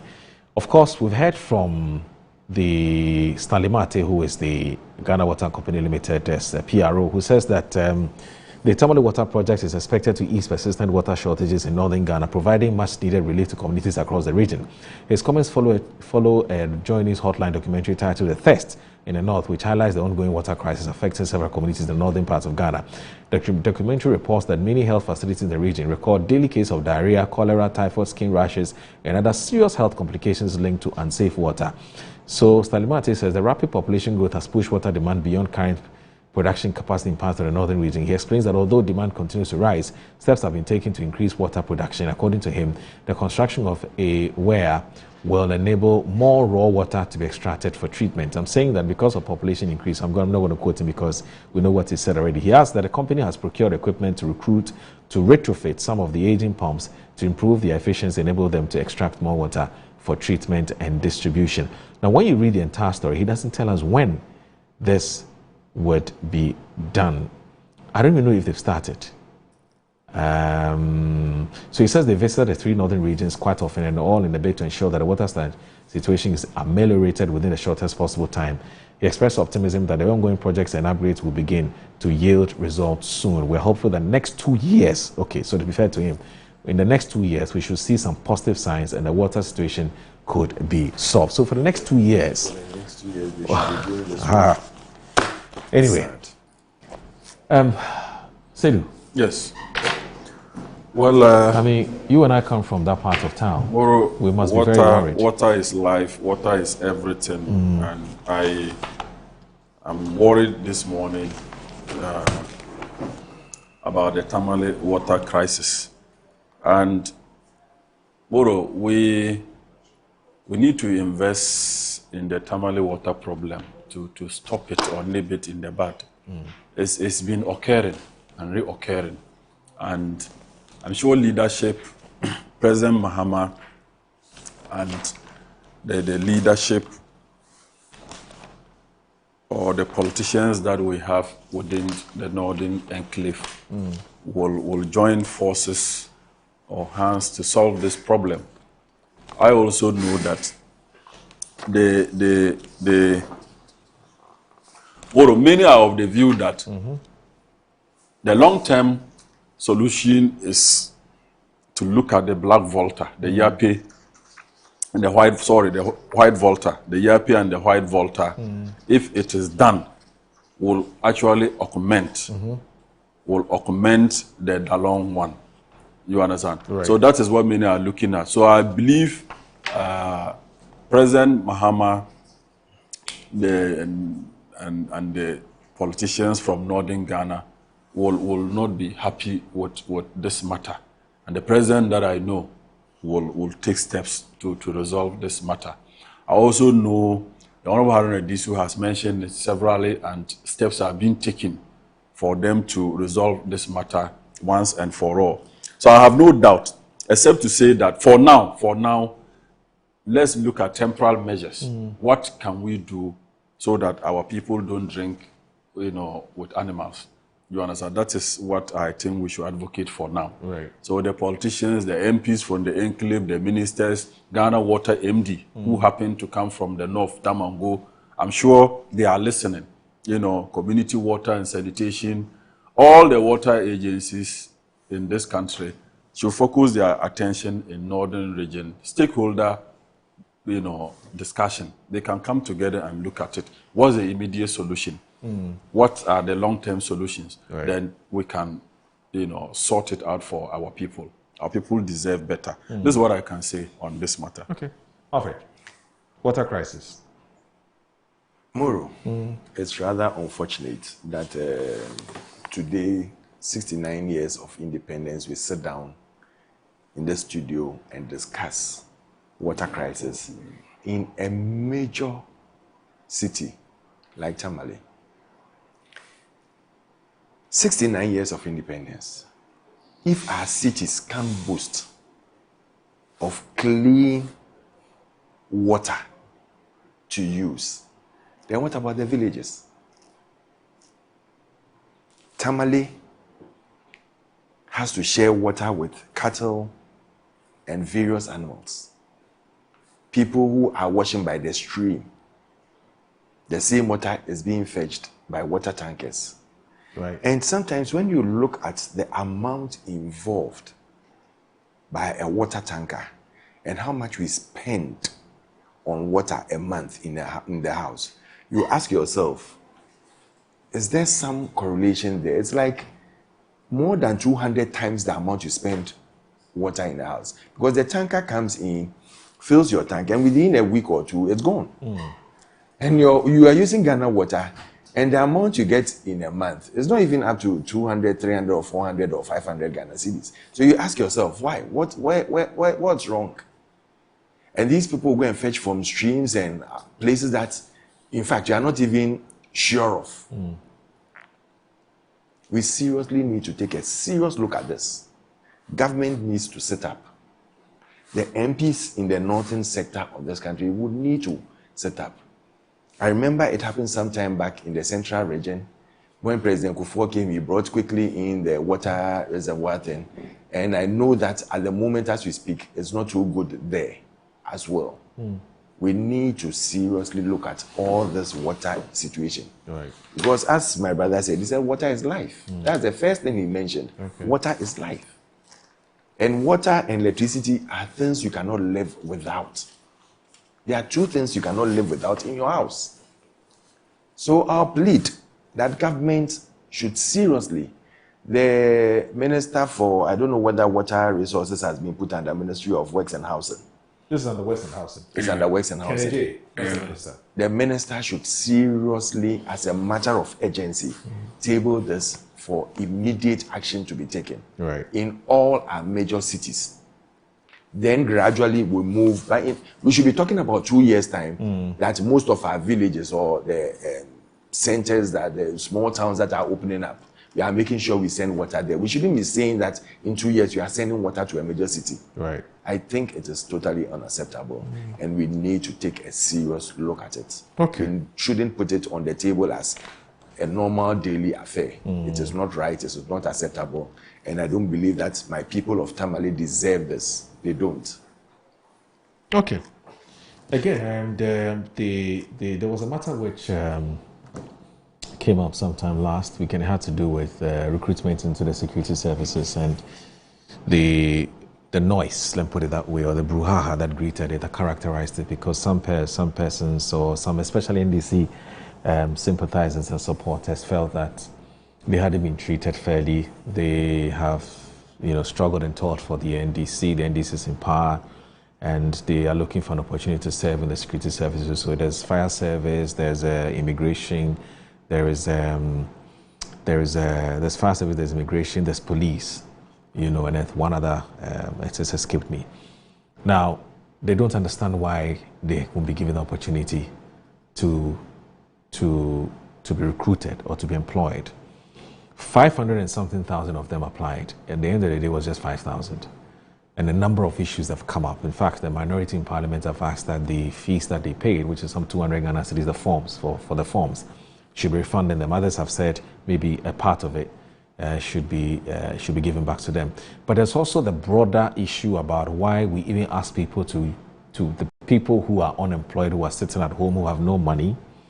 Why do we ask them to cough out 200 Ghana cedis to buy form because they want to get some job to do? Where are they going to get the money from?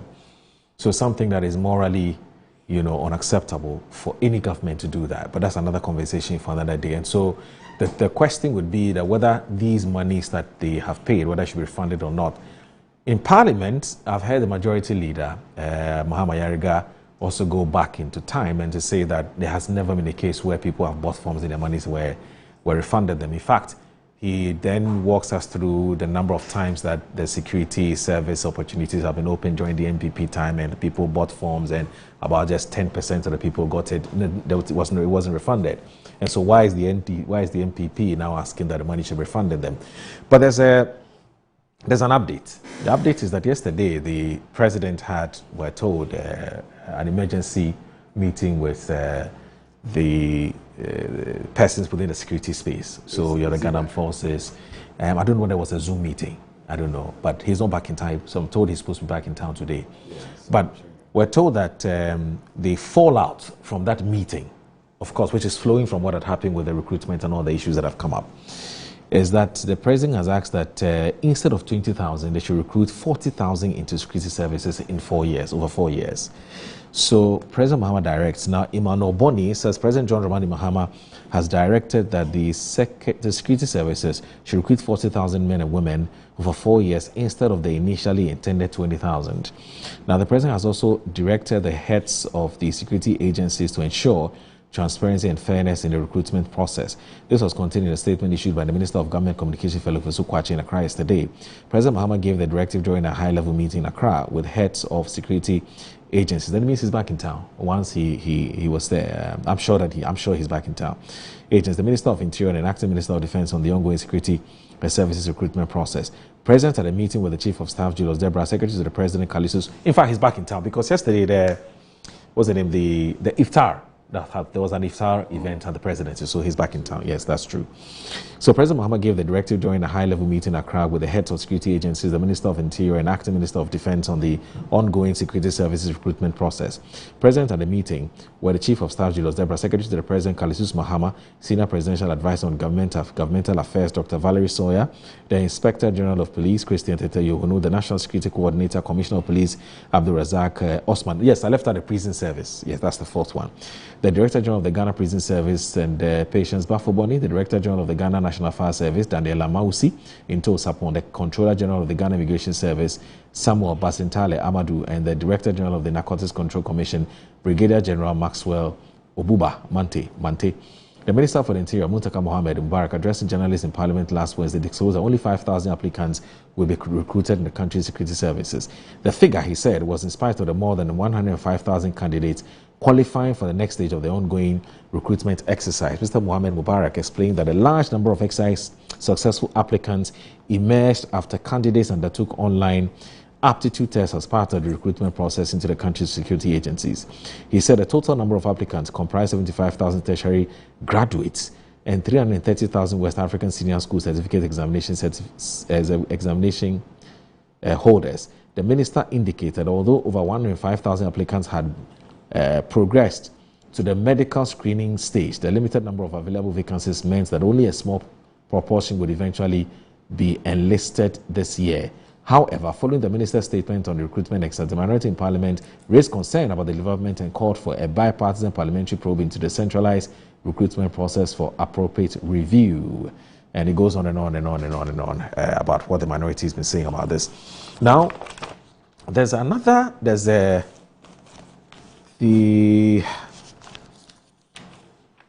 so the minority has brought up a different angle to the matter. Now, if you look at today's Daily Guide, it says that security service recruitment put medical exercise on ice. Minority leader has been talking. Now, in the Kofi Edu Parliament House, Daily Guide, it says the minority leader in Parliament, Alexander Penyumakin, has urged the government to suspend the ongoing medical screening for applicants seeking recruitment into the country's security services until Parliament receives a full briefing from the Interior Minister on the process. Raising the matter on the floor of Parliament yesterday, the Futu Member of Parliament expressed concern that the current arrangement could impose a heavy financial burden on thousands of unemployed youth who are eager to join the security services. According to him, records presented by the Minister for the Interior, Mohammed Muntaka Mubarak, indicate that about 200,000 applicants had qualified to proceed to the medical stage of the recruitment process, even though only 5,000 vacancies are available across the various security services. Mr. Penyumakin warned that allowing all qualified applicants to undergo medical examination, each costing about 1,600, would create a situation where many young people would spend substantial sums of money despite the limited number of positions available. This time around, I'll start with you, Alfred.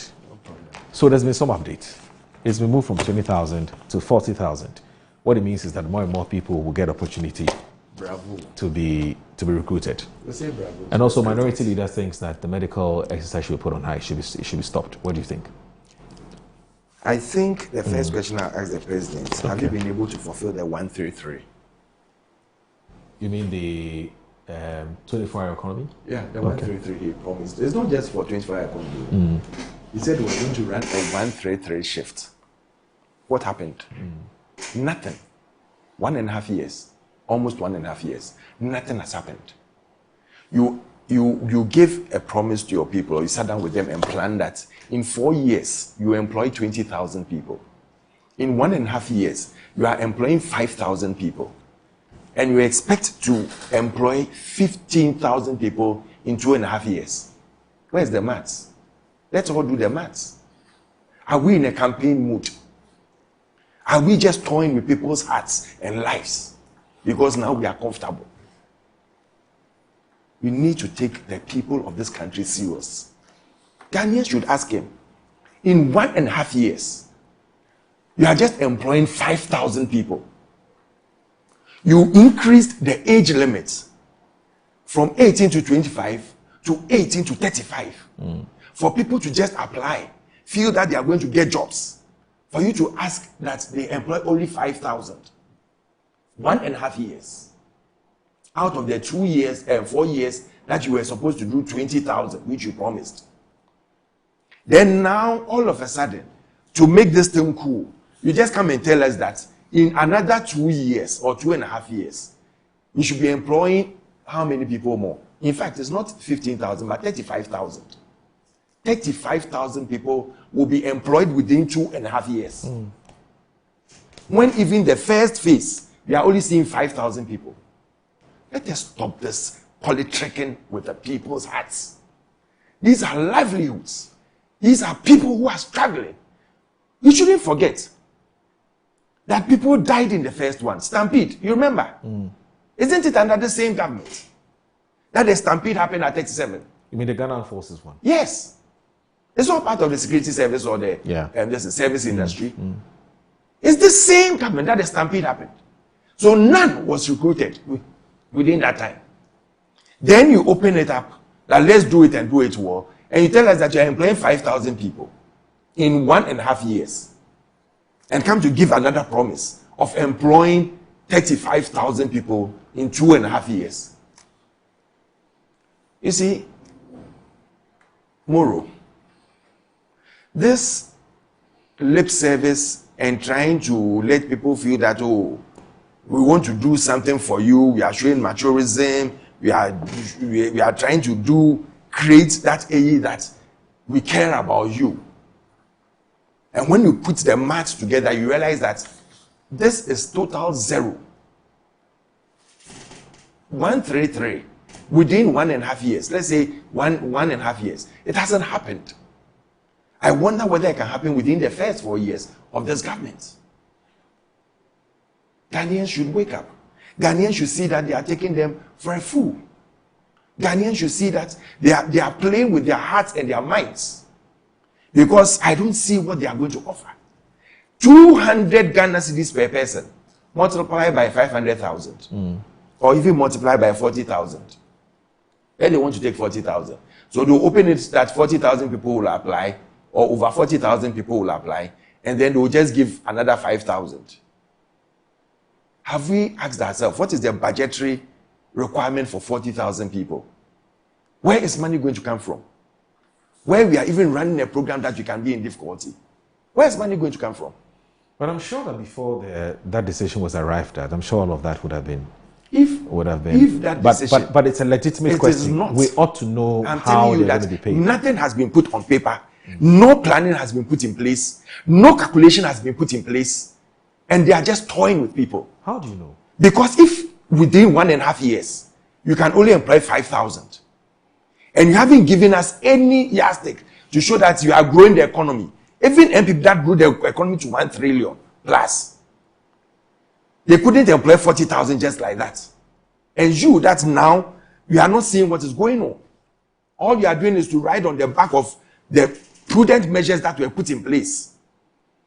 Because you haven't brought any policy that shows that you are growing this economy in such a nice and fast pace that in the next 2-3 years, we should be able to employ 40,000 just in the security service. We haven't talked about teachers. We haven't talked about other local government services. We haven't talked about other civil service workers. Just the security services. We are employing 40,000. Where is the money going to come from? What is the budget for that? What have you put in place that in the next 2 years, we know you are growing the economy by so much? So at the end of it, we know we can raise this money to pay people continuously. Or are they waiting for 2024 employ people and push it into an election year that we've employed 40,000 people. Then after that, when they lose elections and Dr. Bawumia comes into power, you have the difficulty in finding money to pay these people. Is that what they want to do? They've done it before.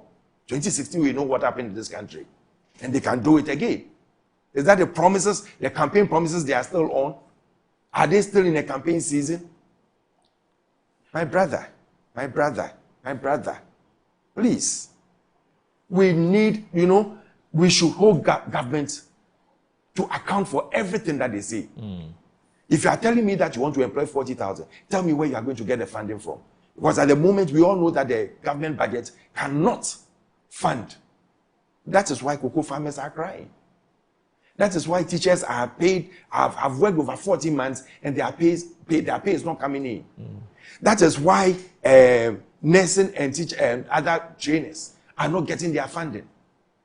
That is why they brought 1 Ghana cedi on every liter of fuel that we are buying. And petrol prices are going up, and they can't even withdraw that 1 Ghana cedi and say that, oh, at the moment we feel that because of the crisis globally, we are withdrawing that 1 Ghana cedi so that Ghanaians can be able to cushion themselves well. But Alfred, prices are going up. Alfred, utilities are going up. Everything is going up. Alfred, you've asked an important question. But I'm saying that why don't we wait? Wait for what? No, hold on. We need to know. No, hold on. Why don't we wait and get and elicit a response from the finance ministry? And you see, interestingly, the finance minister... I don't trust the finance minister. I want the president to come out and tell us. The finance minister also doubles as the acting defense minister. So I'm just saying that you've asked a very important question. You know that for 5 months, you don't have a defense minister? Yes, that's another matter. For 5 months over, you don't have a defense minister. I've heard Buja Jemfi say that nothing. It's not Buja Jemfi. It's not on for Buja Jemfi to come and tell us that nothing is AE. There's a reason why they put it in the constitution or they put it on paper that there should be a defense minister and not a deputy defense minister doing the work. There is a reason. And the president, it's high time he takes his job and come and tell us that, listen, I'm getting you a defense minister. Unless he wants to tell me that he hasn't got anybody who can be a defense minister. Yeah. So he is taking the job himself. And he's working as a defense minister and a president. Or the brother is working as defense minister. He should tell us. Please. Ghanaians are being taken for a ride too much. And I'm shocked that learned people within the NDC are quiet. They are watching. My brother, an accountant, an astute one, is sitting down and watching all this go on. Parliamentarian. He can't ask questions in parliament. That if the president has said that you are going to employ 40,000, and I believe that the 5,000, they took 5,000 because of the wage bill. It's because of the wage bill. Right. That is why they are taking 5,000 within 1.5 years. So if you are telling me that 40,000 in 2.5 years or 35,000 in the next 2.5 years, I need to seriously know where that money is coming from and how that money is going to be sorted out and whether people are not going to work for 2 years and not receive salary. Because it will be very disastrous for people also in the security services to start working for 14 months or 2 years and not receive a salary. It will be very disastrous. Do you honestly think that this government would be reckless to want to increase the number of people they can recruit into the security services without knowing how to pay them? There is a reason okay. why the president directs the finance minister to read the budget every year. Right. So that we see what is being spent and what we are getting to spend. There is a reason why in every institution they always have a budget and they audit to see whether it's collaborating or collaborating. The president cannot come and tell us, I'm going to give you 50,000 jobs. I'm going to create 133, where there will be one person, 3 people for 3 shifts. And then it will become 111. Okay. There is a reason why we put certain measures and discipline in place. Right. So we know that whatever we are doing, whatever we are putting in place, we have to account for it. And that is why we have something called transparency and accountability. There's not being transparent here. Because if within 1.5 years, you can only produce 5,000, when people over 500,000 have applied, and you are not able to give them, You cannot honestly, in any right thinking mind, convince me that in 2.5 years, you can give 35,000 people jobs. Unless it's a political gimmick. Right. It's for Ghanaians to judge. Okay. The Ghana Exim Bank is 10 years old, and the bank is hosting an international conference on the theme, A Decade of Enabling Export Trade and Industrial Transformation, Resetting GEXIM for the Next Frontier. It's happening from the 25th to the 26th of March 2026 at the Kempinski Gold Coast City Hotel, Accra at 8 a.m. each day. The President of the Republic, His Excellency John Dramani Mahama, will be performing the official opening of the conference. The conference will bring together captains of industry, thought leaders and decision makers in the global development finance ecosystem to deliberate on emerging issues in the development finance space. Call the number 020-020-8541-480 for inquiries. 020-8541-480 for inquiries, or you can simply visit www.eximbankghana.com conference to register. Conference host is Honorable Sylvester Edina Mensah, Chief Executive of the Ghana Exim Bank. The media partners are Daily Graphic, Media General, City FM, Radio Gold Channel, One TV, Multimedia Group, and Metro Television. Knowledge partners are IFC and SME Finance Forum. Now, let me also say that if you're looking for a business in Ghana that has global presence and totally reliable and in turn reliant on your satisfaction, let me introduce to you MNC Group. Now, MNC Group, they've got you totally covered. Now, just call MNC Group on any of these numbers, which is 056-103-2253. 056-103-2253 or 0265-505-337. Now, MNC Group are experts in food commodities trading, real estate development, and logistics. And now, with their headquarters in East Legon, MNC Group also have offices in Dubai, Hong Kong, Guangzhou in China, Johannesburg in South Africa, Milan in Italy. And so, to get the best on your deals, let me mention the numbers again. It's 0265-505-337 and 0561-032-253. If you're out of Ghana, kindly remember to prefix your number with +233. MNC Group, totally reliant. Again, the Pepsodent, my favorite Pepsodent, is reminding you that please don't forget to do the two. Brush your teeth in the morning with Pepsodent and brush your teeth in the evening when you're about to sleep. So do the two with Pepsodent. Now, there's a big event is happening today, and this is still put together by GEXIM. Now, are you an agro-processing equipment manufacturer, or you're a manufacturer of any agric machinery? Do you have any innovation or technology that can improve agro-processing? Register to join and exhibit at the Made in Ghana Agricultural and Agro-Processing Technology Fair. It's called the Ghana Agrotech Fair 2026. The fair, being organized by the Ministry of Trade, Agribusiness and Industry in partnership with the Ghana Exim Bank, is seeking to showcase locally manufactured agric machinery, implement and agro-processing equipment and technologies. Now, the fair will also mark as linkages between technology developers, agro-industrial businesses, farmers, fishers, and exporters. President John Dramani Mahama will open the fair, and it's happening on the 17th, 18th, and the 19th of March 2026. So it starts today, as you do know. Yours truly, the Metro TV Group, so Metro TV and the rest of our allied sisters companies, Original TV and Radio, will be bringing you a live coverage of this big event. It's supposed to start at 10 a.m., but hey, this is Ghana, so we'll be here till the program starts. We're hoping that it starts at exactly 10 a.m. so that our guests can also take a breather and go and attend to some other urgent, endeavors or assignments. But they are more than happy. I know Alfred Thompson is a very good friend of this platform. So if he has to spend some extra 15, 20, 30 minutes to be with us, assuming the show is going to start at 10:30, I'm sure that he'll be doing the same with Seydou Dapla.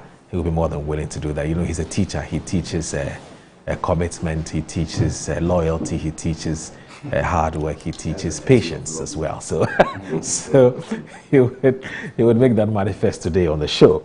So yes, it starts at. It's supposed to start at 10 a.m. and so we're hoping that we will bring you when it starts. Yes, that Minister for Trade and Industry. Yes, and that's Mr. Mensah. He's on the Minister for Agri. Well, it's an agro process, so you're expecting the Agri Minister to be there. I don't have any answers why the Agri Minister is not there, but at least the trade and it's actually a collaboration between the Trade Industry Ministry and then agrotech. Oh, that's a very unfair question to him. No, maybe he is. It's trade and agribusiness. 9 a.m. And sorry. what about the agri? Gentlemen, it's supposed to start at 9 a.m. Yeah. So by 10, hopefully by 10. I'm sure that the president the would have trade been there. minister will be able to deal with it. With it, right? Agri. Yeah. So to exhibit at the Ghana Agro Fair, agri-business. Just a second, I beg you. If you want to exhibit at the Ghana Agrotech Fair 2020, kindly call the number 0242 585419. Okay, 0242 585419 or 055 96793226 to register. The general public is invited. Ghana Agrotech Fair 2026, transforming agribusiness through local innovation and technology. The media partners, City FM, Channel 1 TV, Radio Gold, Daily Graphic, Media General, that's Media General and Metro Television. Let me also, there's very important information from the Minerals Commission. Let me just quickly look at that as well before I bring in Seydou for his thoughts on the recruitment exercises into the security services and also the president's decision to increase the quota from 20,000 for the next 4 years to 40,000 for same. Yes, for same. So we'll look at that as well. So this one is from the Minerals Commission. The Minerals Commission wants you to know that it says caution to the general public on fraudulent emails and impersonation. The Minerals Commission of Ghana wishes to bring to the attention of the general public, stakeholders and participants within the mining sector that it has recently received reports of fraudulent emails, and the communications being circulated by individuals impersonating staff of the commission. The individuals are falsely presenting themselves as officials of the Minerals Commission and using unofficial email addresses and digital platforms to contact members of the public, investors and companies under the pretext of facilitating minerals licenses, permit, registrations, payment or other regulatory services. In some instances, these impersonators attempt to solicit money or request sensitive information claiming to act on behalf of the Commission. The Minerals Commission wishes to unequivocally state that these communications are fraudulent and do not originate from the Commission or any of its authorized officers. The Commission does not request payment or confidential information through unofficial channels, private email accounts or third-party intermediaries. All official correspondence from the Commission is conducted through unauthorized institutional channels. The public is therefore strongly advised to exercise caution when dealing with individuals or entity claiming to represent the Minerals Commission. Stakeholders are encouraged to verify all communications and avoid making payments or sharing sensitive information with unknown persons who claim to act on behalf of the Commission. Anyone who receives suspicious messages, emails, or requests relating to the activities of the Minerals Commission is encouraged to immediately report the matter to the Commission for verification and further action. The Minerals Commission remains committed to protecting the integrity of Ghana's mineral administration system and safeguarding the interests of the public and legitimate stakeholders in the mining sector. The Commission will continue to work with relevant authorities to address and prevent fraudulent activities conducted in its name.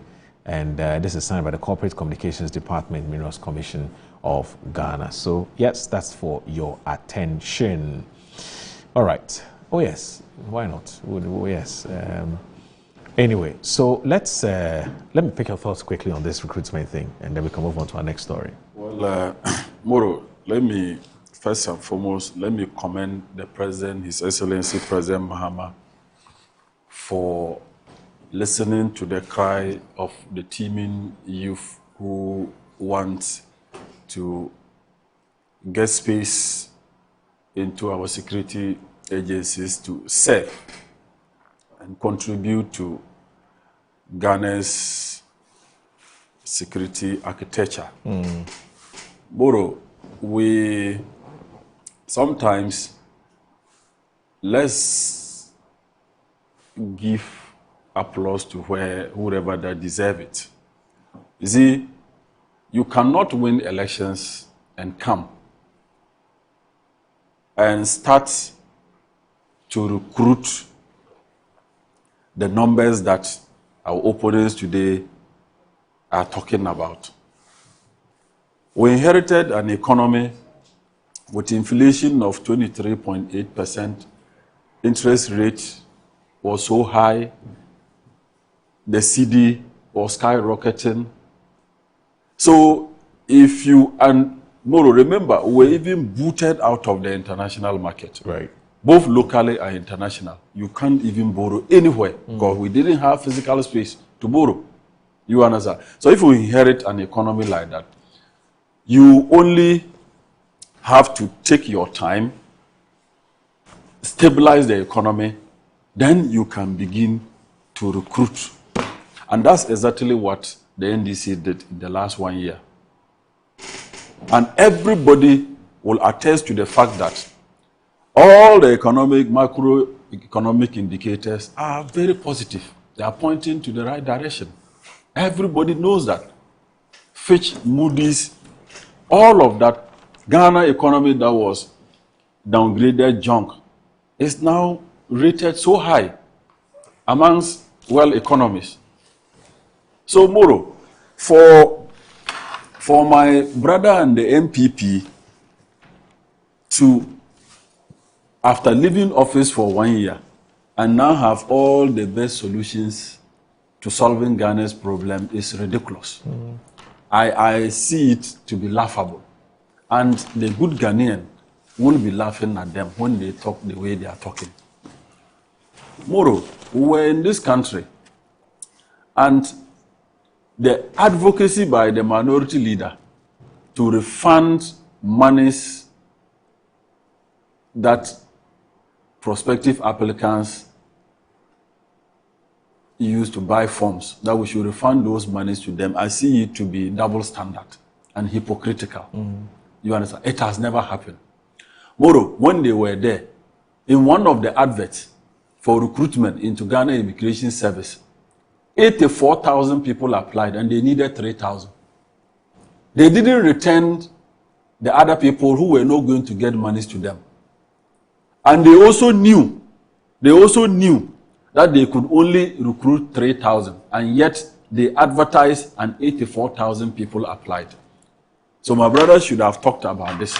You see, there are certain things you don't do politics with. If you want to do politics with this, you will be exposed because you were in charge just a year ago, and you advertised for people to apply for immigration. 84,000 applied when you knew you could only take 3,000. But we didn't say that you should return the 81,000 people who were not going to get monies to them. So if today you are out of office and recruitment exercise is being advertised, people have applied, for me, the advocacy that has gone caught the attention of the president. And the president invited the security, stakeholders within the security architecture, and they discussed with the finance minister, and they saw an opening, and they realized that, look, we can increase the numbers. So let's applaud the president and his team for listening to the cry of the unemployed youth that you people could not employ over the years. We have come and we are increasing the numbers. So you can only applaud us. But for you to sit around this platform and to impugn that we are insensitive, we say we're coming to recruit youth and we are not recruiting, we advertise when we know that we could not employ the people. Bro, there has never been any time that the youth of this country all have been employed. It has never happened. It has never happened. Particularly the security agencies. You understand? I just gave an example. If you advertised to take 84,000 and you knew you could only take 3,000 people, you didn't refund their monies to them. You understand? That should not be the discussion. The discussion should be, how do we expand? How do we ensure that we have good numbers joining the security services. It's one of the areas that, it's an area that the qualification is low because it's SS. You understand? So after SS, anybody can apply. So if you are advertising, you should know that you are going to get large numbers will apply. And that's exactly what happened. So for me, I'm so happy that President Mahama, as a listening president, as a listening father, listened to the cry of the youth and has directed that the numbers should be increased. This is what we should be advocating for. But if we come to do blame game, when we were in charge and when you were in charge, you couldn't do anything better. Nobody asked for any monies to be refunded. You understand? So for me, Moro, some of these things, we should not impugn politics in it. Right. What matters is that the youth of this country wants employment. Whether party A, party B, they are yearning for Mother Ghana to create space for them to get jobs. And that is exactly what the NDC and President Mahama is doing. We are not going to do politics with it. When they advertised and couldn't get all the people into the security service, we didn't make the noise that they are making today. We were in parliament there. We didn't make the noise. We didn't make this noise today that they are making all over, just trying to score political points out of it. But this is not what can win anybody elections. The Ghanaian knows that the MPP were there for 8 years. They could not solve their problems. They couldn't even manage the economy as they promised. The cedi was skyrocketing. They could not handle it. Somebody said he was the economic messiah. He said they had arrested the cedi and given the key to the IGP. President Mahama said, no, you don't arrest the dollar. What we did is that we strengthened the cedi. And that's exactly how we did it. And Ghanaians are feeling it. You understand? So today, it's not surprising that they've run away from the economy of this country. They ran away from that debate. No MPP member wants to discuss dollar. No MPP member wants to discuss inflation. No MPP member wants to discuss GDP. No NDC MPP member wants to discuss economic growth. No MPP member wants to have any conversation. No lecture. Again, nobody wants to have that conversation today. You understand? Because they could not do that. We have a good team. President Mahama and his team are doing exactly what the Ghanaian, they couldn't do. Today, we are doing it. So they've run away from that debate. And they are now looking at low-hanging fruits to be the issues for discussion. You understand? I want to see them. I want to see Dr. Bahomia. I want to see the MPP organizing lectures again in our various campuses to talk about the city, to talk about GDP, to talk about, growth, the economic growth, physical space, stabilization of the city.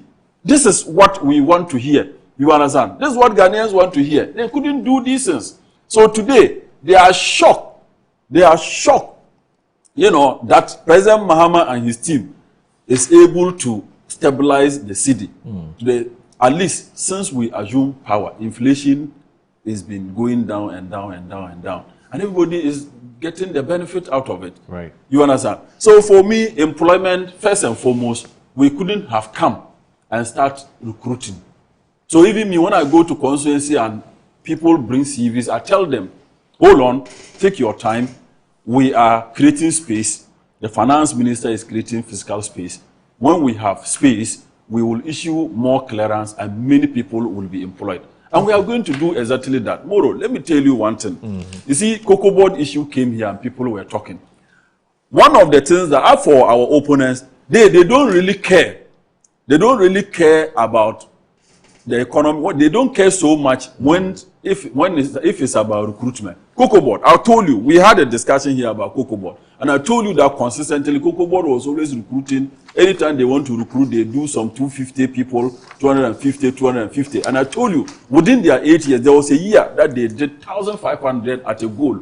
And that is what put Cocoa Board on its knees. Cocoa Board needs almost 200 million Ghana cedis every month to pay salaries. You have Cocoa Board staff that are rationing. Some go to work, for a week, and others also go again. This is how best they can manage the economy. You understand? This is how best they can manage the economy. So they balloon, they've ballooned the staff strength for Cocoa Board to the extent that many workers don't even have work to do. But that is who they are. They are noted for that. Ghana Gas, before we left power in 2016, Ghana Gas workforce was not even up to 200. The staff, they took over before they left power. Before they left power, Ghana Gas staff is now over 1,000. Today, they will be dumping. They don't care. They will be dumping until the organization is collapsed. That is what they are noted for. We want to take our time and look at how to manage these organizations very well. At least we can recruit, but don't recruit to the extent that the organization cannot pay. But if I work at, say, Ghana Gas, or I work at, say, Cocoa Board, or I work at any of these organizations that you've talked about, and I saw that during the MPP tenure, an office, which was supposed to say house, say 10 people, okay, but you have, say, 100 people have been recruited to work in that office. It doesn't matter what inconvenience that has caused, where people can't find places to sit and so on. But for that regime, they've given people employment. And now my party is NDC is in power, and I say, do same.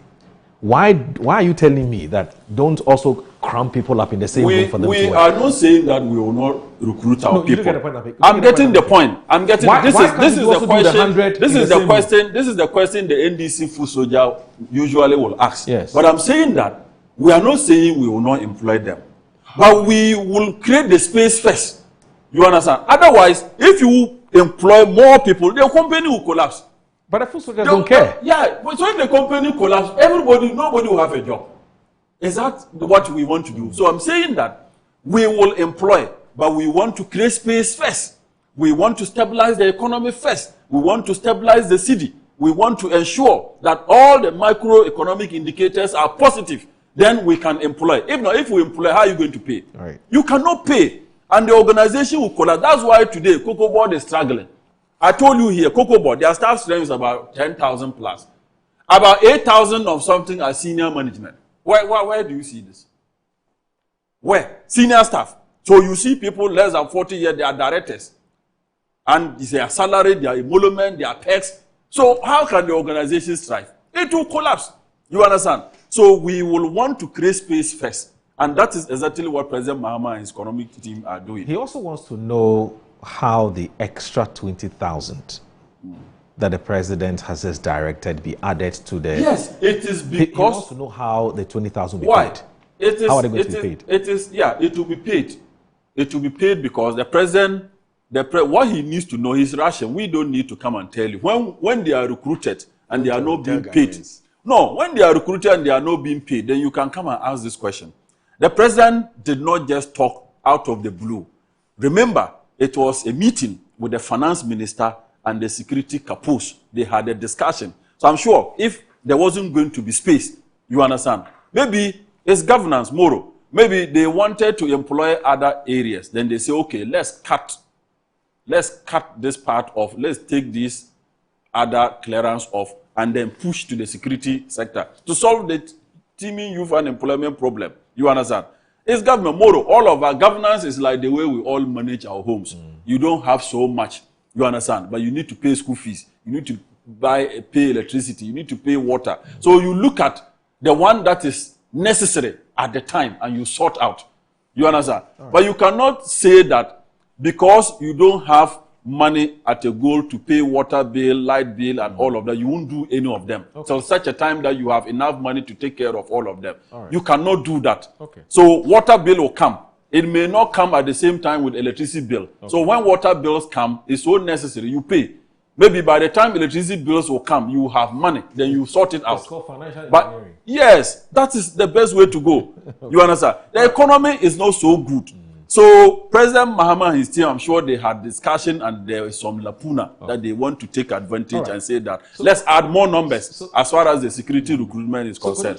So it is not for my brother. It's not for my brother to come and say that President Mahama should tell us how he's going to pay. We will pay. And his finance minister sits in the same room. But 14 months now, teachers are not being paid. Which teachers are being paid? Do you have the proof to it? So you want to say that the Yes, teachers who are writing that over 14 months, they haven't received their pay. I am they are saying liars. that- Are you I am- saying that I to am teachers? saying that You've been where- a teacher before. Are I you am saying that to saying that teachers? where- If you are where- saying that to teachers, then I accept it. Where is the proof? Moro. Teachers, Moro, they listen. are asking you Moro, that listen. you should prove Moro, that 14 Moro, months they haven't I'm paid coming. you. Let me ask my brother a Teachers, question. that Listen. is what they are asking you. Bro, listen. They are in government, and that's what they're asking you. NDC and government, are we up to 14 months? So if teachers are not being paid for 14 months, you think you don't have a problem, a blame? NDC, you I'm have telling been you, in government for more than 40 months. Are we in 14 months? But how many months are you in? Huh? How Tell many me. months are you in? Tell me. How many months are you in? Who 1 year I'm alone coming. is 12. Listen. They are in the third month of the following year. I'm coming. 12 plus 3 is how Listen. many? Listen. It's 11. Yes, that's 15. Listen. Then please don't go Listen, there. I am coming. Don't Listen. start and No, go listen. there. Let me tell you something. My brother. Those teachers, listen. Go and do your Those homework well. teachers, listen. You recruited those teachers. So you recruited them. And So nurses- that's why you want to do the 40,000. I'm coming. To recruit them so that Dr. Baumia will come and pay. You recruited do no, that. Dr. Bamia will not even get space to the You presidency. are saying, okay, we are sitting here and we'll see. I am telling you, the MPP, It will be, Ghanaians it know will you very be well. like they a know, magic They cube. know your record. They knew you and they brought you. Look at what you are doing. Well, what are we doing? 40,000. My brother. 2.5 years. Even Why? 1.5 years, you haven't been able to bring 5,000.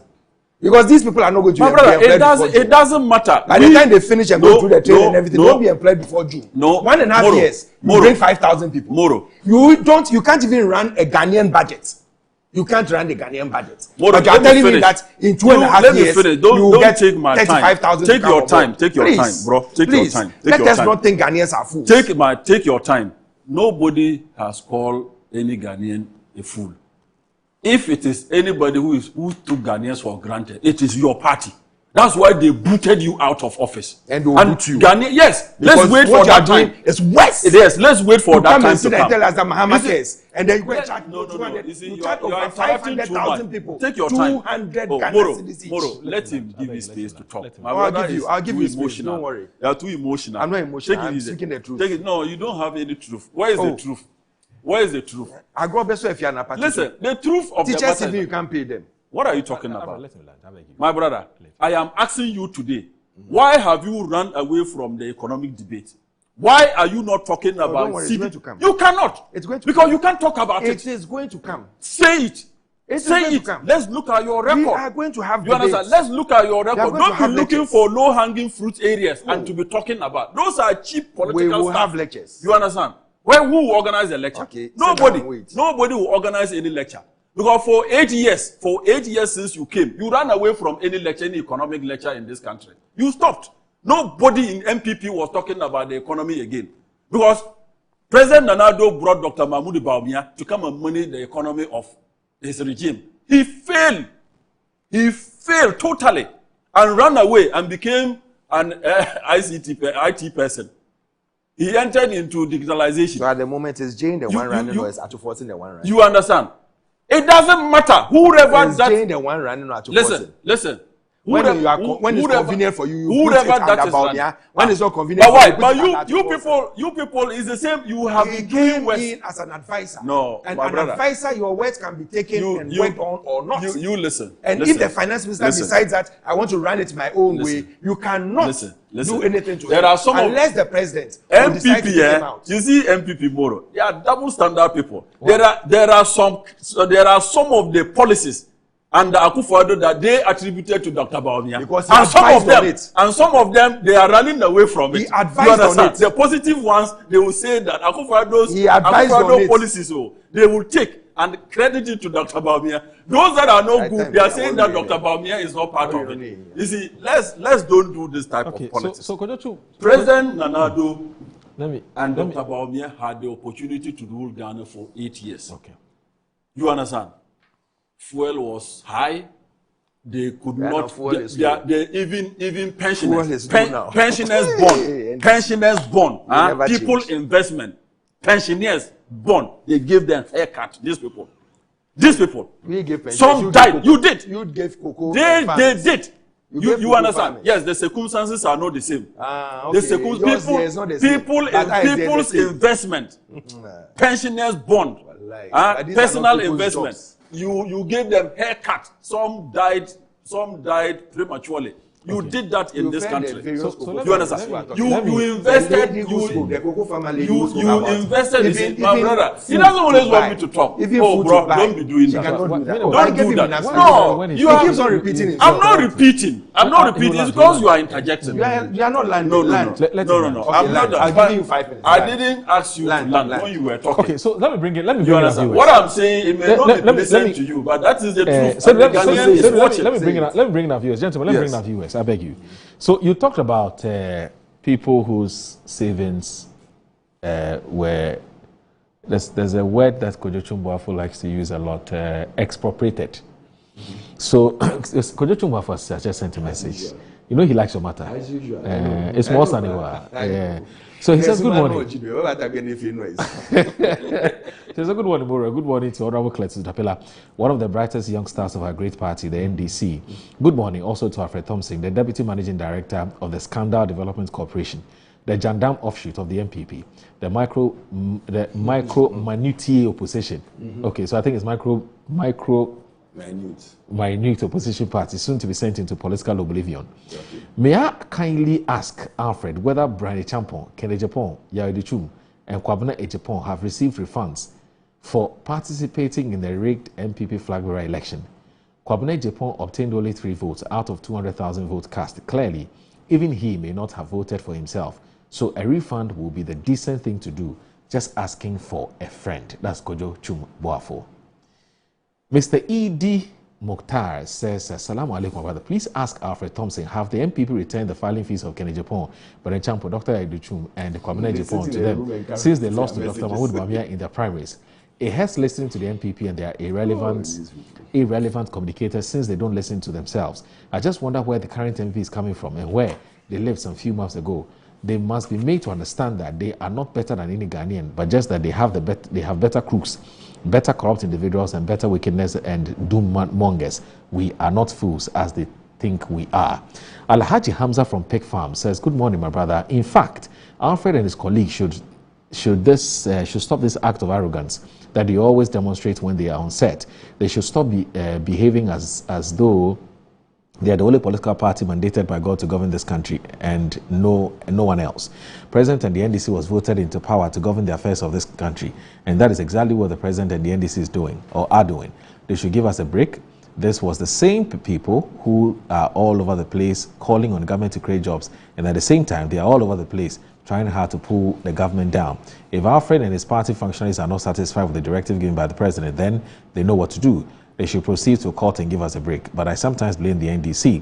I expect to see by now 10 of members of the MPP in Nsawam, which we are not doing. I don't think that they have any moral right to be speaking the way they are speaking. The country was recklessly managed, and our assets, our assets looted. Our economy was pregnant, and the economy was a crime scene. Yet they will not keep quiet. Okay. All right. So at some point in the next few minutes, we'll be crossing over just briefly, and then we'll come back to the studio because we have another conversation to have. So my understanding is that Nana Kwesi Kwetia, who's a reporter here at Metro TV, he's at the venue for the Ghana Agro event, and at some point you'll be coming in with just a few minutes report on what's happening there. And shortly, so please bear with us. Samuel Brian Boabin says that the NDC is a scam.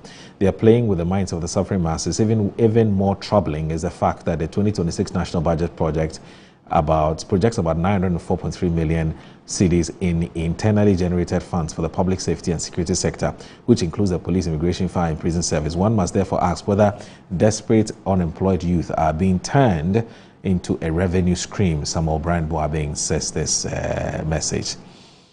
Okay. Yes, he is. Duke, yes. Cletus is a teacher. In fact, yes, was and is still a teacher. So that answers your question. So Duke wants to know whether Cletus was a teacher. So good morning, Metro TV and Mr. Adu. My regards to the grassroots leader, Honorable Cletus Edu Dapela. We, the constituents of Jirapa, are gratified by the promises fulfilled thus far and the ongoing endeavors to realize remaining commitments. The recently instituted award scheme for teachers is poised to galvanize educators across municipality, thereby enhancing teacher standards and by extension the quality of education. Furthermore, the donation of motorbikes to the Health Directorate will facilitate the provision of high-quality healthcare services to hinterland communities, courtesy of our dedicated health workers. That's from Gandabi Eugene. Guy G from Tesano says that Dr. Callistus has raised the standards of the presidency by this write-up. Now, a president who doesn't intend to contest again for election would have disregarded the public concerns and allowed the matter to die like organic matter. But with humility and utmost respect for Ghanaians, he took time to address circumstances leading to the decision to use the aircraft. For every purported risk, there are always mitigation measures to reduce the impact if it occurs. The fear some people entertain is the likelihood of compromise in dealing with the owner of the aircraft during government business. Measures should be put in place to avoid the threats. That's Guy G. And then this one here says that Alhaji Hamza, oh, you're back again. I think I have... Okay, I've read your message. I think you've sent it for the second time. Now, good morning, Moro. Is Alfred talking about 5 months without a substantive defense minister? Ask him how long Ajasafu was absent from office. That's Joe who sent that message. Now, this one here from Mystic Wonder Vuka inside in Swamp says, good morning to you, my brother Moro, and your panelists. It's inarguably clear that the MPP is desperate for power and they think politicizing everything would win them political power. The MPP was in power not too long ago. They performed abysmally and failed Ghanaians woefully. And all of a sudden, they have solution to all our problems. Never again to this nepotistic, incompetent, corrupt nation workers. My regards to the Eastern Regional Chairman, Dr. Mark Oliver Kevo. Sandy Saliu says, it's a conundrum watching some of our guests. Really, they talk as if GM didn't bequeath tons of baggage of trash from his predecessor. Since when did the first gentleman of the land become his own spokesperson? We should get real. Good morning. And this one, Jesse Buaku, from who's a political marketing expert. Let me make it short this morning. Had the necessary security checks been made for President Mahama to increase the intake of security services personnel? The setting should stop now. The scam and sweet narrative to deceive the citizens from NDC government should stop. They will end up not paying them and pushing the burden for the MPP in 2029. Okay, so let me do this. I'll take just a breather. I'll take a breather. It's just 30 seconds or so. When we come back, we were going to ask about whether a case of conflict of interest arises by virtue of the fact that Gold Board, in relocating to their new office, which is the old Bank of Ghana office, decided to award a contract to a company called Koreka. Koreka is a company whose is owned by 2 different companies as well. But one of the companies, which is part of the ownership, is also co-owned by a deputy chief of staff. So we'll look at that issue when we come back. Oh, so okay. So let's cross over to where exactly is the venue? But let's talk to our reporter briefly. I want to know where exactly the action is happening. Kwesi Kotia, good morning. Yes, good morning to you. Hello, Kwesi. Yes, how are you? I'm doing very well. Yes, Agrotech is happening, isn't it? Yes, the 2026 Ghana Agritech Fair, it's ongoing. Today happens to be the first day. And officially, they're taking off at 10 a.m. And before that happens, I'm going to be speaking to one of the planning committee members who is actually here making sure. And before that happens, that committee,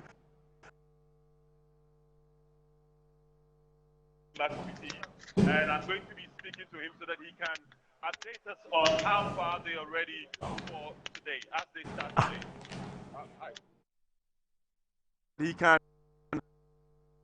They are ready for today, as they start today.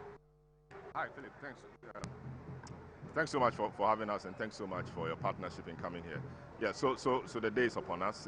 The Agrotech Fair, something we've spoken about and prepared for the last few months. Today, here we are. It's a 3-day event.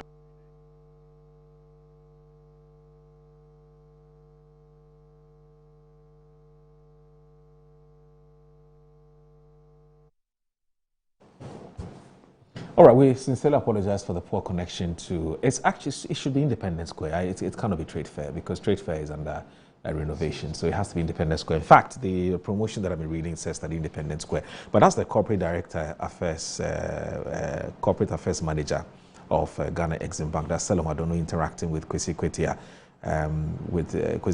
on the ongoing Agrotech event that's happening. So we'll take a short break. When we come back, we'll connect with them again briefly, and then we'll come back in-house and look at our second topic.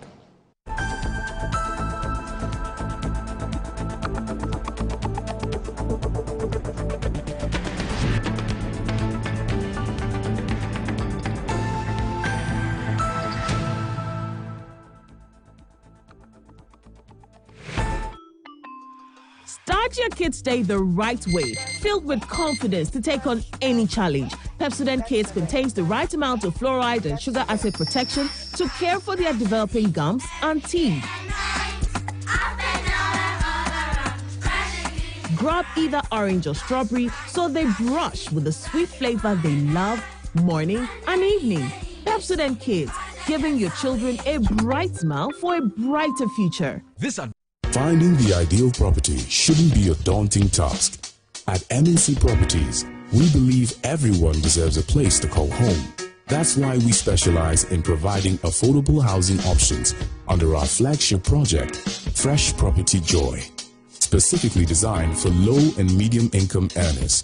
Our range of customizable homes includes 2 and 3 bedroom standard and executive options, all meticulously crafted using innovative interlocking brick technology.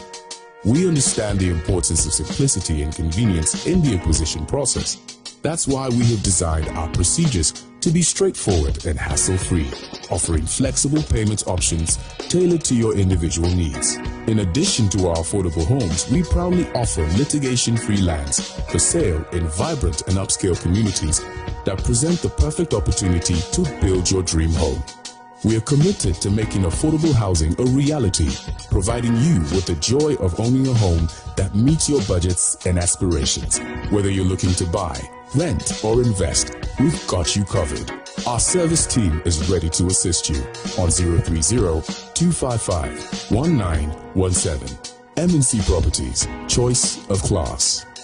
Are you ready to revolutionize the future of agriculture? The Ministry of Trade, Agribusiness and Industry, in partnership with the Ghana Exim Bank, proudly presents the Ghana Agrotech Fair 2026. The fair will feature exhibitions, market linkages, masterclasses, and workshops on climate-smart farming, digital tools, and export development. Join us at the Black Star Square from March 17 to March 19 at 9 a.m. each day. The President of the Republic, His Excellency John Dramani Mahama, will be assisted by the Minister for Trade, Agribusiness and Industry, the Honorable Elizabeth Ofosu-Jari, and the Chief Executive of the Ghana Exim Bank, Honorable Sylvester Adina Mensah, to open the fair. Government agencies, agrotech firms, startups, farmers, financial institutions, and the general public are all welcome. To exhibit or for inquiries, call 0559 679326 or 0242 585419. Ghana Agrotech Fair 2026, transforming agribusiness through local innovation and technology.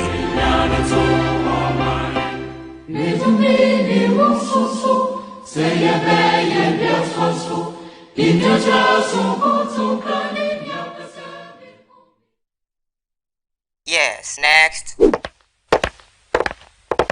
Hey, Nadia Benson, me didn't tum. Mr. Freddy Kalika, just call me cockroach. Now, Mr. Freddy once now. Hey, that's you. Improve car. Yeah. Captain Mosquito, double the action.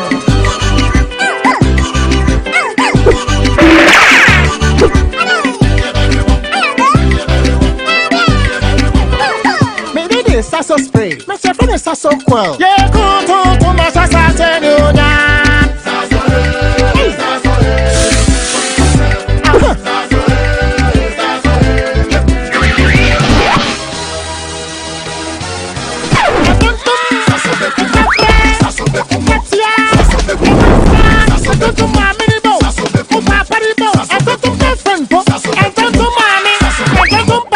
Sasso, come on, Tom Preco.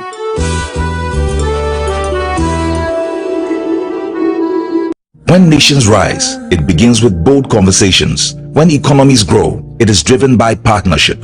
This April, Ghana's business and policy leaders converge at the Pro Business Forum 2026, the nation's premier platform for investment, enterprise, and economic transformation, with special guest of honor, His Excellency President John Dramani Mahama, joining captains of industry, financial institutions, investors, and entrepreneurs. The Pro Business Forum is more than just an event.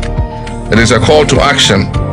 And so let us work together to build a Ghana that is competitive, productive, and inclusive, and a Ghana that creates opportunities for all. Come, let's engage in high-level dialogue, explore industry exhibitions, build powerful networks, and unlock real opportunities from finance and insurance to manufacturing, agribusiness, SMEs, and innovation. This is where it all happens. From the 3rd to the 5th of April 2026 at the Kwewu Convention Center in Praeso Hills. Go to www.kwewubusinessforum.com and register now. To register for exhibitions, call 059 555 5885 or 059 555 5995. Kwewu Business Forum. Connect, promote, grow.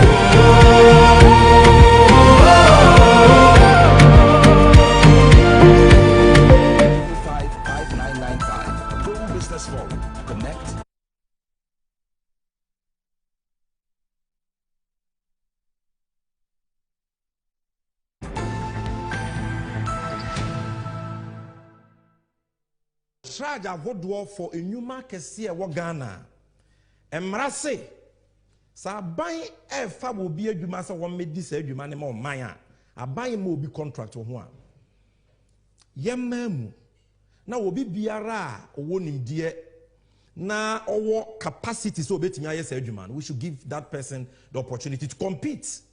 Ti yɛfrɛ bi competitive tendering ma ho kwan na obi amɛpre adwuma ni bi deɛ obetumi ayɛ adwuma ni yie a ɔman no benya so mfasoɔ abra ɔman no bɛbɔ kakakra bi ne de ama no but wohwɛ deɛ ɛkɔ so wɔ Bawomia ɛne ɔmampanya Kufuor amammuo yi mu a yɛwɔ contrast akɛseɛ bebree a aban yi de ma Bawomia nuanom a yɛmma ho kwan sɛ obi amɛpiri bi yɛsi peg aso yɛde sika toto so a ɔman no hwere sika titiri di a you will weep for Ghana as we move along.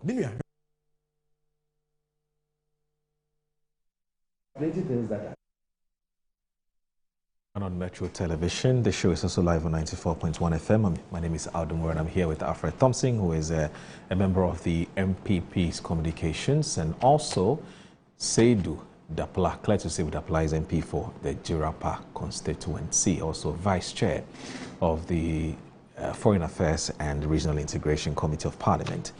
So, Adnan Adams Mohammed of the Insight newspaper says Gold Board blast fake news merchants over renovation and laptop allegations. He says that the Ghana Gold Board has issued a wrong rebuttal against what it terms false allegations and mischievous claims circulating on social media regarding its procurement processes. In an official statement, the board dismissed reports of inflated laptop prices and illegal sole sourcing for office renovations, labeling the purveyors of these stories as desperate fake news merchants. Renovation contract, restricted tendering, not sole sourcing. The Gold Board categorically denied claims that an 11 million cedis office renovation contract was awarded to a company owned by Mr. Standogwe through sole sourcing. According to the board, need for relocation following its establishment in April 2025, Gold Board recruited over 300 new staff members, making the dilapidated Diamond House office inadequate for the new workforce. The facility. The board rented the old Bank of Ghana head office at number 1 Top Road, which was previously described as structurally defective. Approved process. Now, on June 24, 2025, the Public Procurement Authority, PPA, granted approval to use restricted tendering, not sole sourcing, to select a contractor. The winner. 3 entities participated in the bid, which was ultimately won by Koreka Ghana Limited. The board emphasized that the contract was published on its official website on March 10, 2026, in accordance with the Ghana Gold Board Act 2025, Act 1140, rendering claims of intercepted documents false. Laptop procurement prices, perfectly in line with the market price, addressed a second claim that 15 laptops were purchased at an inflated price of 322,500. Gold Board defended the transaction of both transparent and competitively priced. Unit price. The laptops Lenovo ThinkPad T145 Core i7 16GB RAM 512GB SSD were bought for 21,500 Ghana cedis each, inclusive of taxes. Market comparison. Gold Board stated that the supplier's open market price for that specific model is 21,505. So they've said 5 cedis according to the story, making the purchase price slightly lower than the standard retail rate. Single source justification. The board used single sourcing only because Messrs GET Forless Ghana Limited was the only supplier with sufficient stock to meet the urgent delivery timeline. This process received prior approval from the PPA and commitment authorization from the Ministry of Finance, a commitment to transparency. The Gold Board management, led by Sami Jemfi, Esquire, CEO, maintains that the organization holds the principles of accountability dear. The board noted that all contracts are proactively published online to prevent the spread of misinformation. We entreat the general public to remain vigilant and reject all attempts by desperate purveyors of fake news to find wrongdoing where there is none, the statement concluded. Sedu, yes. I'm sure you've heard this. This story. You've been following it. What do you make of it? Let me state categorically clear on this platform that Sami Jemfi was an ardent critic of the previous administration. And if anybody thinks that Sami Jemfi will be reckless as chief executive for Ghana Gold Board, the person will be laughing at the wrong side of his or her mouth. Sami knows the level at which the MPP wants to bring him down. And as a brilliant young man, he is so meticulous in his work. And Sami will not do anything that anybody can use against him tomorrow. Because I've noticed that our opponents have tried so hard to get scandals against him as far as Gold Board operations is concerned. And they've always tried so hard, and anytime they try to come out with a supposedly scandal, they are always embarrassed. Moro, first and foremost, the MPP came out to say that they intercepted documents to mean that Sami Jemfi awarded a contract to the Deputy Chief of Staff's company, Mr. Stan Dogbe. Now, it turned out that they did not intercept any document. By the Gold Board Act, they are supposed to publish all contracts, all their transactions. So if something is published through a website, then you go download it and come to sit down and say that you have intercepted a document. Isn't it laughable? This lazy man's approach to research. You understand? Because the truth of the matter is that you didn't intercept any document. It is a document that is published through Gold Board website and you downloaded it. So how can you call this intercepted document? This is not how Sami and his team were intercepting documents. The MPP should find a different way of intercepting documents. You can't call this interception of documents. When the entire world, when the document is being displayed for everybody, to see. You understand? Number two, Stan Dogbe as a chief of staff cannot, not even the chief of staff, can coward any agency to hand them over a contract.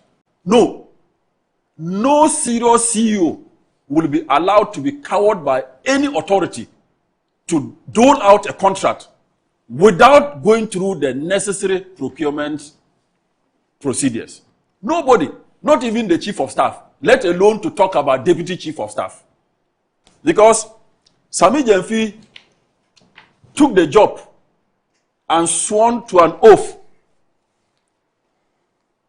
in that office. So he will not sit down for anybody or any authority that seems higher than him to come and coward him for him to hand over a job to the person without due process. The lawyer Sami that I know will never do that because he knows there will be a day, there will always be accountability. You understand?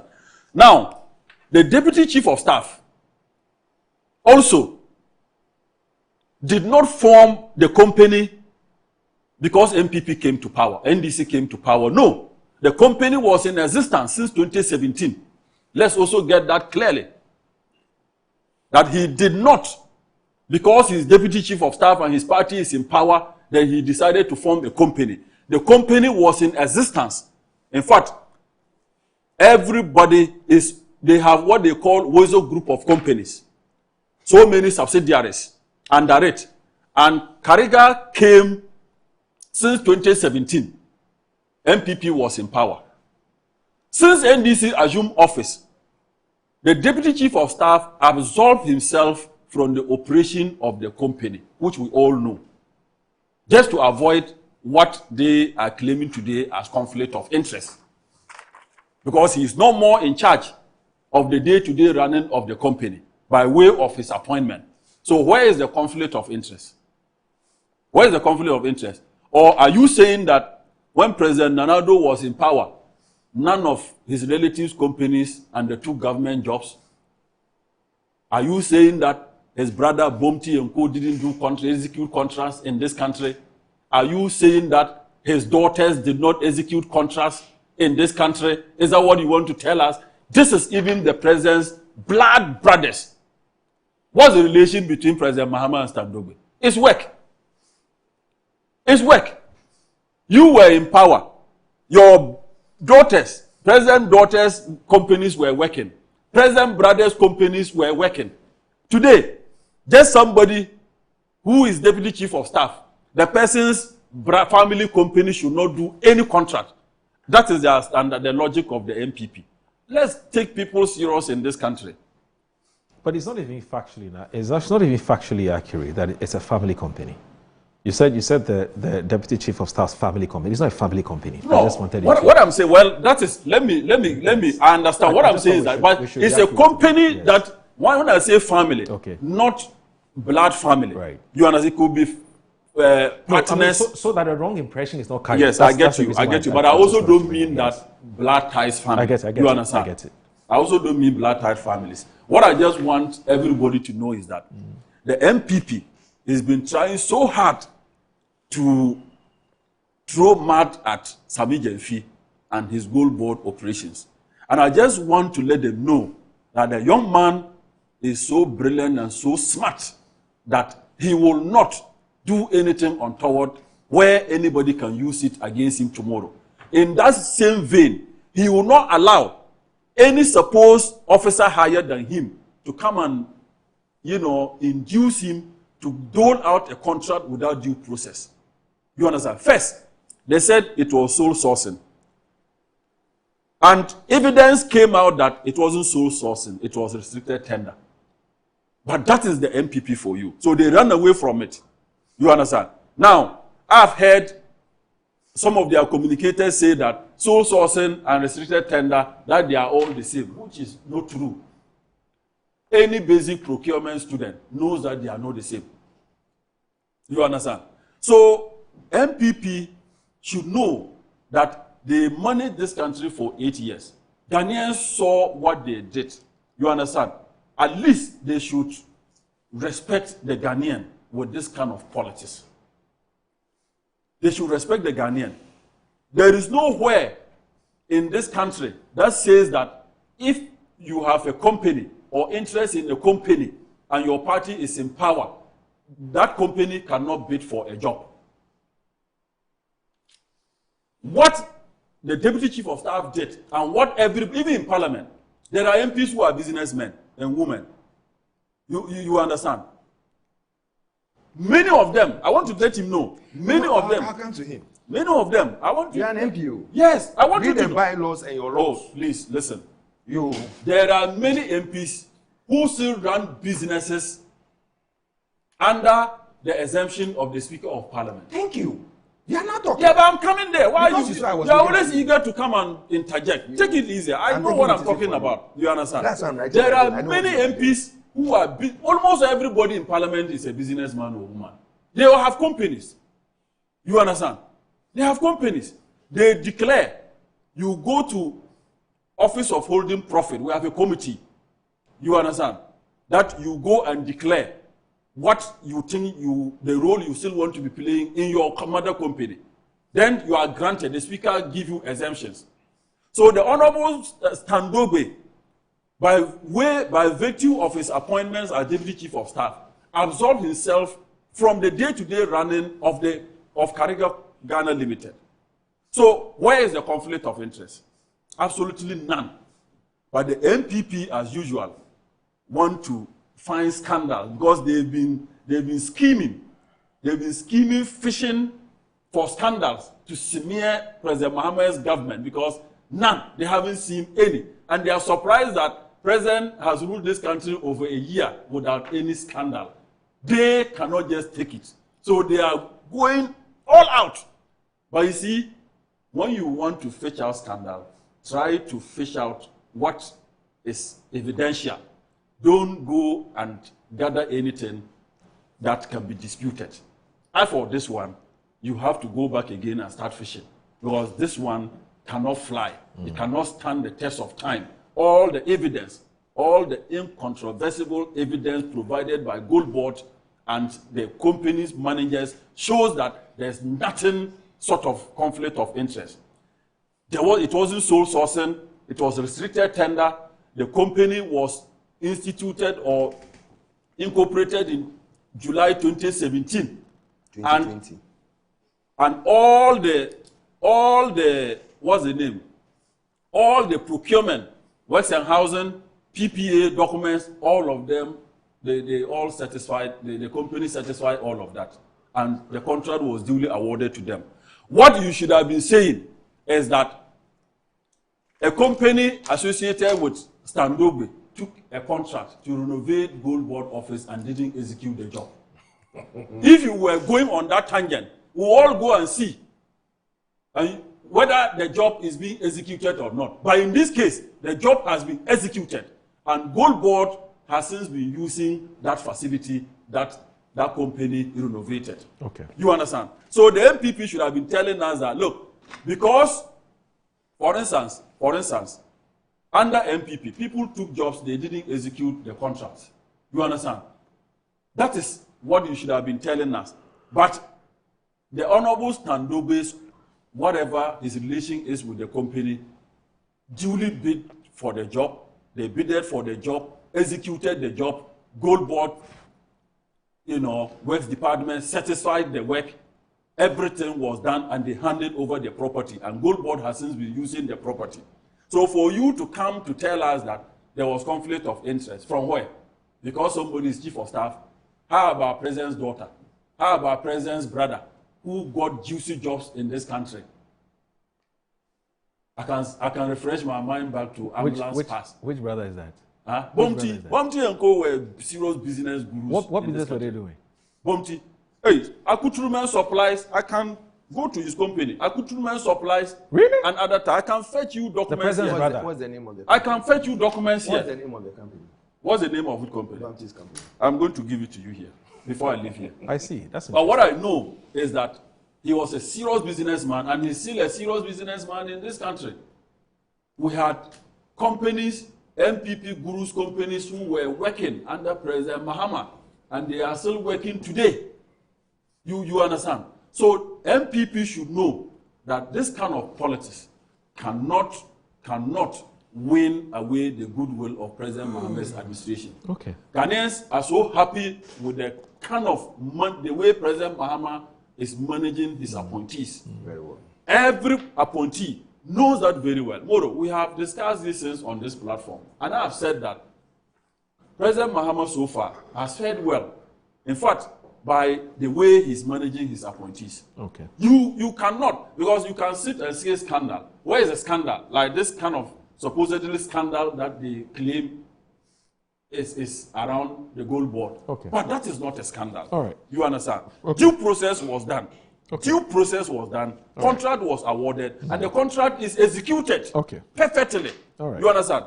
If you go and see the office where they are operating, and you see the finishing, the quality of work that is being executed by the company that is purposely or purportedly associated with what's the name, Standobe, you will know that this is a professional company that everybody should, even if you want to furnish your place or you want to execute any job, give it to Kariga Ghana Limited. They will do a good job for you. Don't come and bastardize them. Don't come and bastardize them for doing a good job. All right. That's all that I want to say. Okay. Yes, you talk of laptops. Laptops were inflated. You say you are at the market. Everybody go and find out the same laptops. You will see the prices. All right. The same laptop is open. When you go and see, then you now look at taxes and all of that inclusive, and you will get to realize that nobody inflated anything. Do you understand? All right. So, my brothers and sisters in the NPP, this is not what can win you elections. You better have to go back and organize yourself well.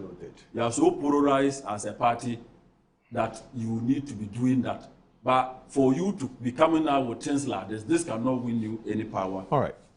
Soon. Okay, Alfred. Thank you very much. Moro. Has he answered all your questions? Questions? Has Seydou answered whatever questions were lingering in your mind as far as this? He's a party person. He's been paid to do party work. Come and talk, and try and confuse all people. Right. We've accepted what he's saying. But you see, Ghanaians, and I keep on saying this, Ghanaians cannot be taken for fools. You cannot sit down and ride on people's back and think that, oh, because I've come to say these things, then why was MPP voted out of power? You come and sit here and say that and president had his daughter and this and that and his brother and this. Why was MPP voted out of power? Because of certain basic things that institutionalized on conflict of interest. And that is what they don't know. Conflict of interest, it means so much. Within less than 6 months, the conflict of interest that even me, I have documented, there are 3. The deputy MD for Cocoa Board, Ato, awarding his own company a job to do for him. But he doesn't own that It's company. conflict of interest. But he doesn't own that company. Go and check. He doesn't own it anymore. It is his company. No, he doesn't own it. Oh, my brother. I know it for a fact. He doesn't own it. So he does what? He works with them? He works with them? In fact, I've done some investigations on this matter because when he came up, I had to go And he beyond did what? He works with them? what.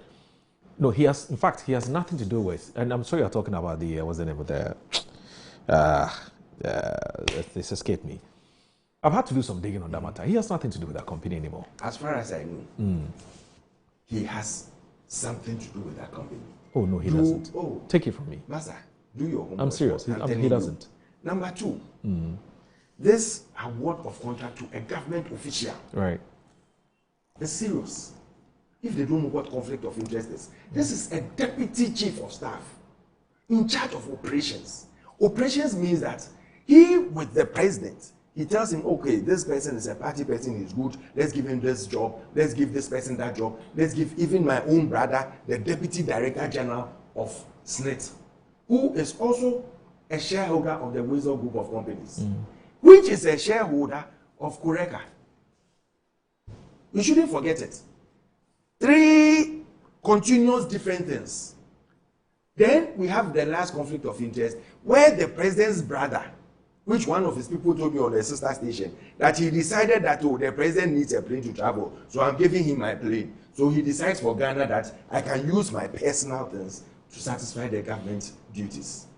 Very serious offense. I remember when I was working in the bank, even when you are bringing a laptop in to work in the bank's premises, you have to seek permission and they'll give your laptop a number. So when you are taking it out, they notice that you are not using your laptop for the banking job again. And that is why every bank makes sure that they give you all these laptops, tables and everything. Otherwise, I can sit there and my brother will say that, oh, today I'm coming on Good Morning Ghana.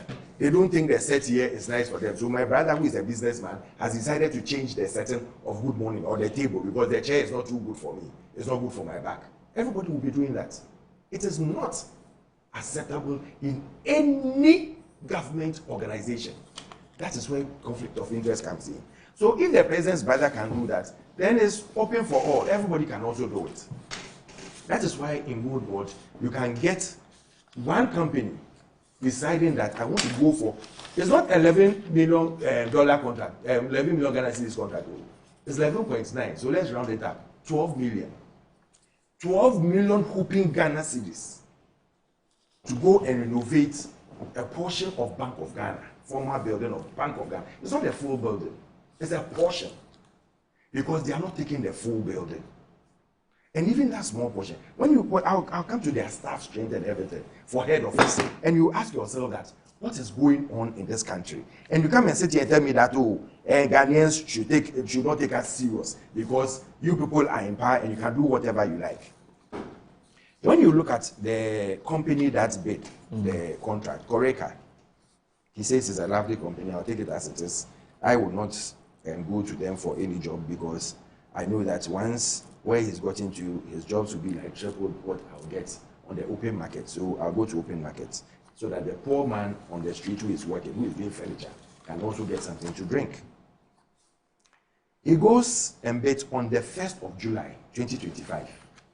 That was when they sent their tendering in competitive bidding. Now, that's at 17th of June, 2026. They are this thing, what do you call it? 2025, 2nd of July, 2025. Their contracts or their works had gone, works and housing had gone off, isn't it? Or they went to expired. No, it had expired, so they went to do it on the 17th. What do you call it? 17th of June, 2025. To renew it. To renew it. Okay. When you look at the certificate they paid for works and housing certificates, they paid on the 2nd of July, 2025, which means it was even a day after they produced the tendering documents. It tells you automatically that such a person has already failed in the tendering. I don't understand. You have to add the works and housing certificate to your tendering documents. Right. If it's not part of it, you don't win a tender. You cannot, they'll even reject you because your documents are not up to scratch. So you can't present a letter in on the 1st of July and go and present, do a renewal of your certificate on the 2nd of July. Stand there and automatically everything is done for you and paid for. You get what I'm saying? I get it. Yeah. Now, when you come to what my brother sweetly said, so that part about the 1st and 2nd July matter. Yeah. Let me read what the Gold Board's response is, and let's see whether that's it. Let me finish my submission. No, just that part. No, just that part. If you do this, my submissions will be kept. Okay, that's fine. That's fine. When you look at Gold Board, the requirement is that when they are doing procurement, it has to pass through GANEF or the what do you call it? It has to pass through GANEF, and they have to publish it on their website, PPA's website, or and GANEF's website. What's GANEF? Ghana, it's called, let me read it for you. The Ghana Electronic Procurement System. Okay. Now, if you listen to the Minister of Finance last year, and don't forget that the GANEF, which is the Ghana Electronic Procurement System, as at 2023, it was mandatory for every procurement to pass through GANEF. Every procurement. And in the current Minister of Atufose, what he said last year in his budget was that he reiterated the need that every procurement, in fact, it's one of the conditions of IMF, that every procurement should pass through GANEF. When you look at this contract, it wasn't passed through GANEF. This contract was not passed through GANEF. That's to the best of your knowledge. Yeah. That's to the best of your knowledge. It's not on GANEF's system. We've got all the information. Okay. It's not on their website. It's not on their website. It's not on Gold Board. It's not on PPA's website. Okay. All right. It's on, what do you call it? Maybe right now that I'm speaking, someone would alert them. PPA gave approval. Oh. PPA gave approval. No, I want him to finish. Let me finish. It's not on their website. Please note the issues he's raising. Thank you. I can give you my book. You can write. Yeah, please go ahead. Yes. Thank you. So it tells you straight away that whatever they are doing is insider dealings. We have something we call in procurement insider dealings. Oh, tell him this, oh, do this, look at this figure, look at that figure, and everything. Now, when you come to the main ingredients of the, what do you call it, the bills of quantity, which we've given you a copy, in the whole renovation, there's a furniture element of 1.5 million. Furniture of 1.5 million, which Koreka is supposed to provide. Then they've awarded another company 1.2 million to provide office furniture again. When you calculate it, there's chairs and everything that they have. You realize that they have about a staff of 80. Let's say, give and take 80. But they've bought furniture for about 116 people. Unless even the 80, I'm over-exaggerating. Because head office, I don't think they are that much. So you ask yourself, why would a deputy chief of staff go in for a contract that the NDC ordinary person, the Ghanaian who is an ordinary contractor, go and do. It's for a reason.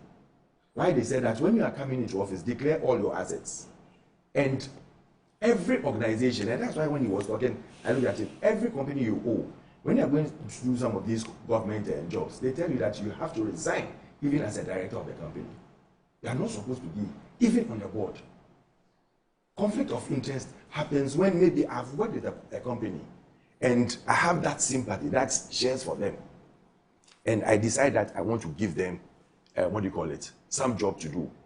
That is why even when before Ken Ofori-Atta became finance minister, and they were doing jobs for finance ministry, and during the time he was finance minister, they were still doing jobs by data bank. They told him that it's conflict of interest. Am I lying?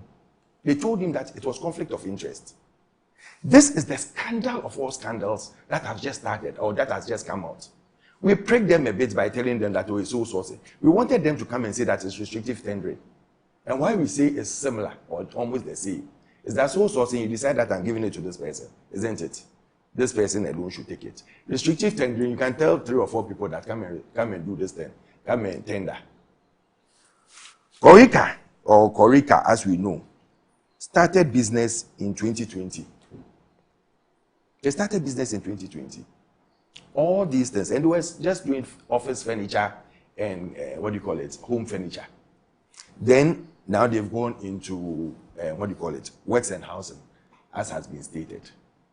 Are we saying that in all this that we are doing, all the people who sponsored the president, all the people who gave money that, let's make sure NDC wins, none of them is capable, apart from a deputy chief of staff who is sitting in office, his company? Is that all we are trying to say? That there's nobody in the country who can do this work, even those who supply the office furniture that we don't know. If you look at their work, we can even decide that, okay, let them even do the work. Whatever way you want to get from inside, you can get from them. But they decided that within ourselves, we are going to give you the contract and we'll make sure you get the contract. And that is what happened.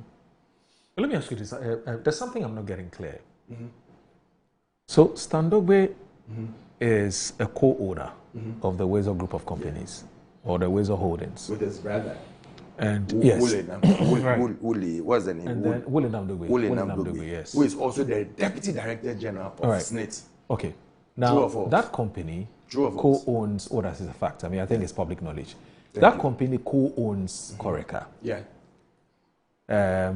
I want to... Who is the other owner of Corica, apart from the two of them? I can find out. It's co-owned by... and then also Eclair Ghana Limited.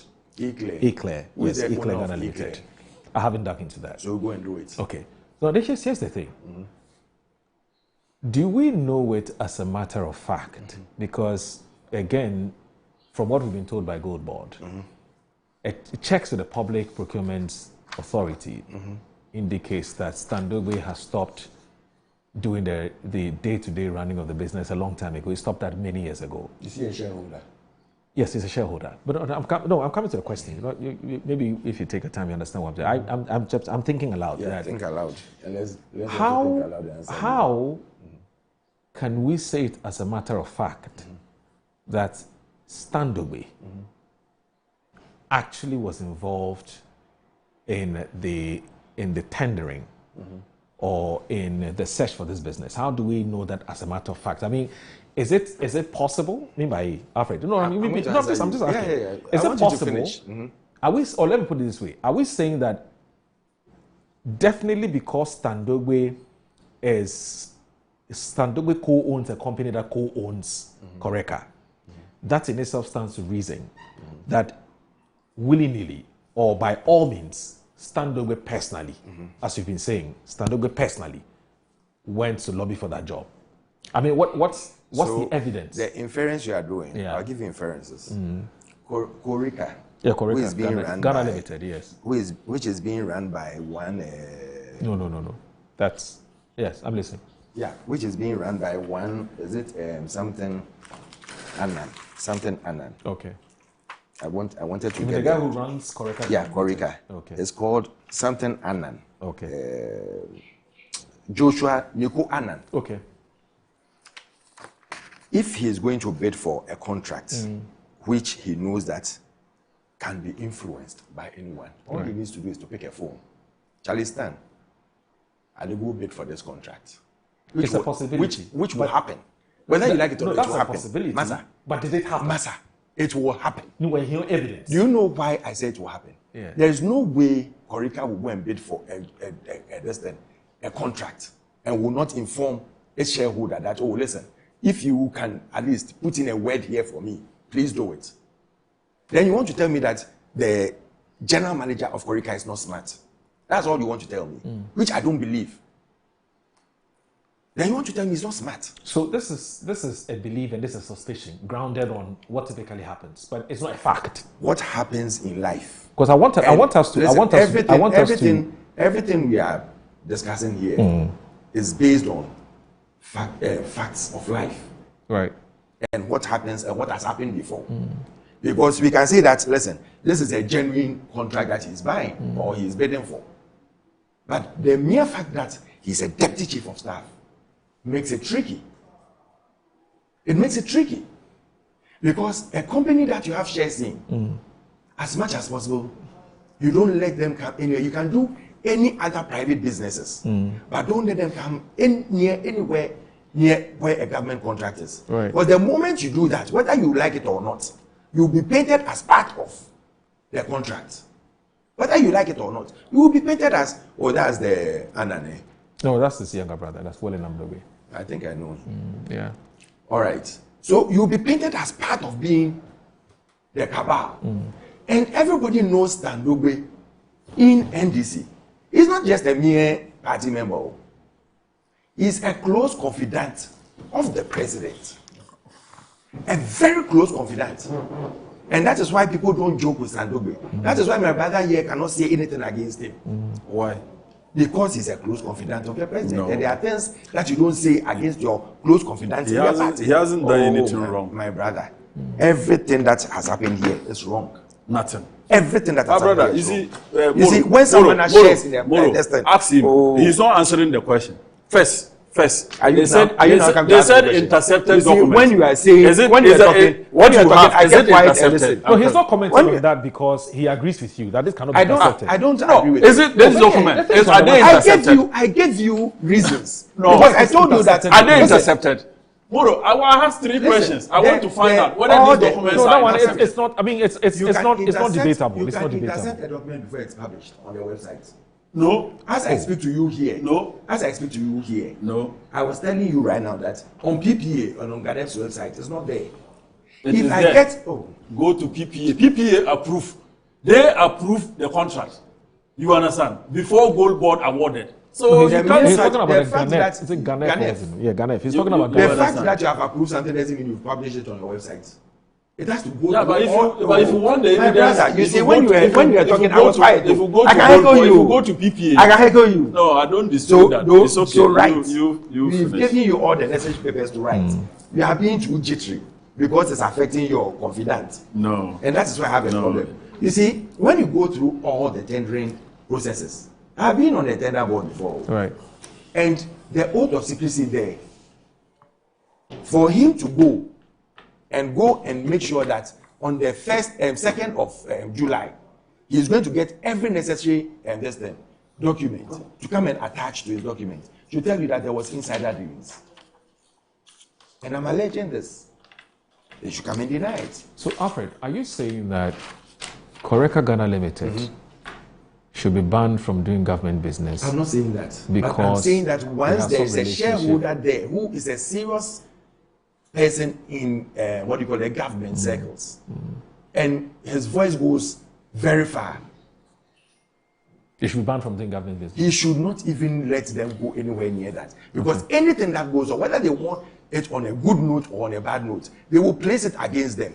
That is because you were in that office, and that is why it's advised that all these things you do not do. And that is why it becomes a conflict of interest. All right. So because he is a deputy chief of staff. He advises or talks to the president on operational matters. If someone is going against the code of conduct Who is he going to report to?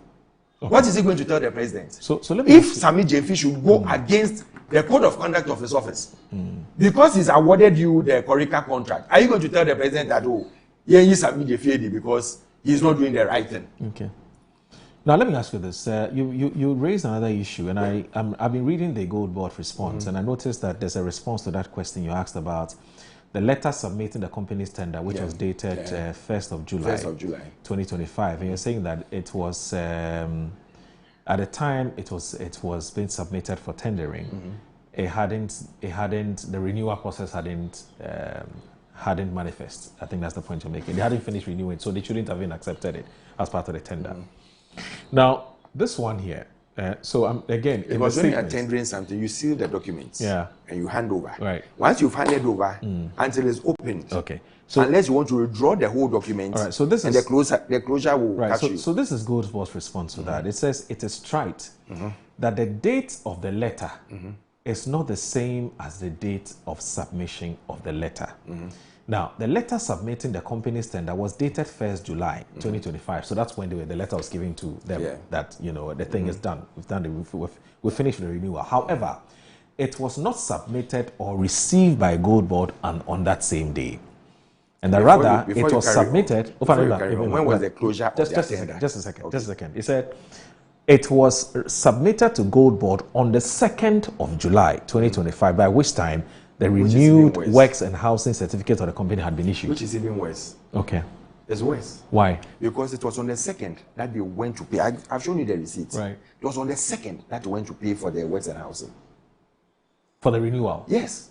And it's a Are you process. saying they couldn't have finished that same It's day? a process. They couldn't have done it the same day? It means that there was an insider dealing who said that I want this thing renewed immediately. And that justifies. But isn't there premium renewal? There's premium renewal, isn't it? Today, if you want to renew your... Go and check.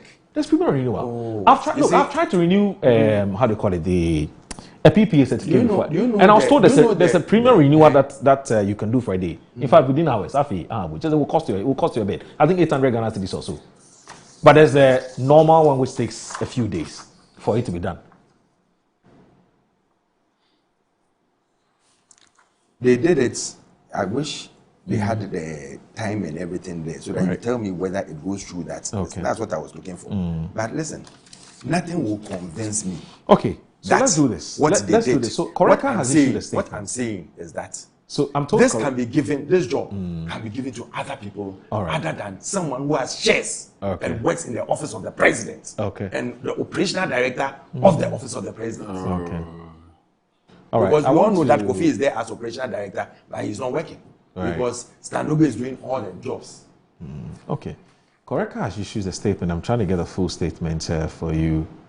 And then he comes out to make mockery of Ghanaians. Okay. A company demonstrating an openness that's not usually done. And seen in Ghana publishes all its procurement contracts awarded over a period. You download the same and go screaming leaked documents and trying very hard to find what's not there to politically equalize. Kudos Sammy Gyamfi or your team. Gold Board for the transparency. That's what President Mahama and the NDC have always preached. And this is coming from Stanley. When, as part of the procurement authority regulations, you are supposed to publish. And you come and sit there and say that, he's done so well. When one place, they publish one place, they didn't publish PPA, they didn't do GANEF. And you come to tell me that, Sammy Gyamfi has done so well. Okay, Moro, you're making a mockery of the whole Ghanaian. Moro, let me tell you the little I know about procurement. Granted that the works and housing certificate that he wants it to be in contention. Okay, when you are opening a bid or tenders, you are comparing companies. You want the best. You understand? It doesn't mean that the company selected may have all the required documents. It has to. No. It has to. No. Master. My brother, listen, let me tell you. Competitive bidding. No, you have to get listen. All your no, it's not true. It's not, listen, Moro. So when you are opening a bid, you advertise, okay? First you advertise. People tender. So in this case, restricted tendering. Restricted tendering means that they were not dealing with one company. Yeah.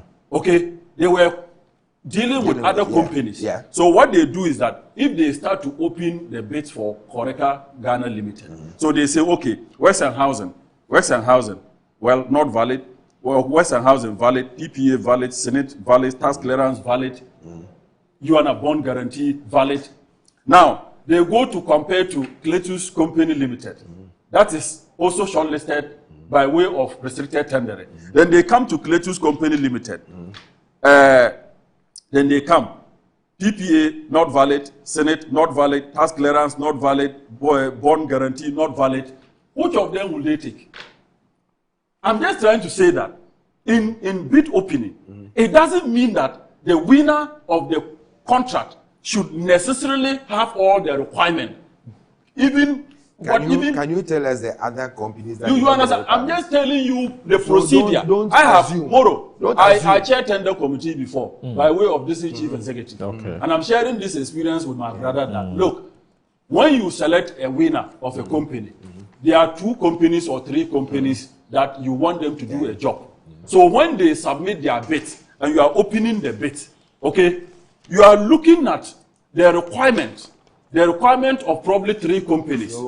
So if Horeca even fail in one of the items and the rest just one and the rest fail in all, Horeca will still be the best.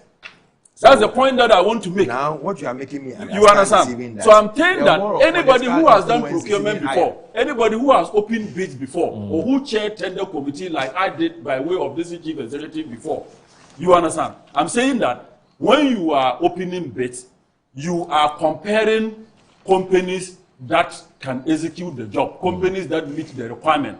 So if in all the items that you want, Horeca even miss one, and the other 2-3 companies that are bidding with Horeca, they even are worse, you will still go for Horeca, the best.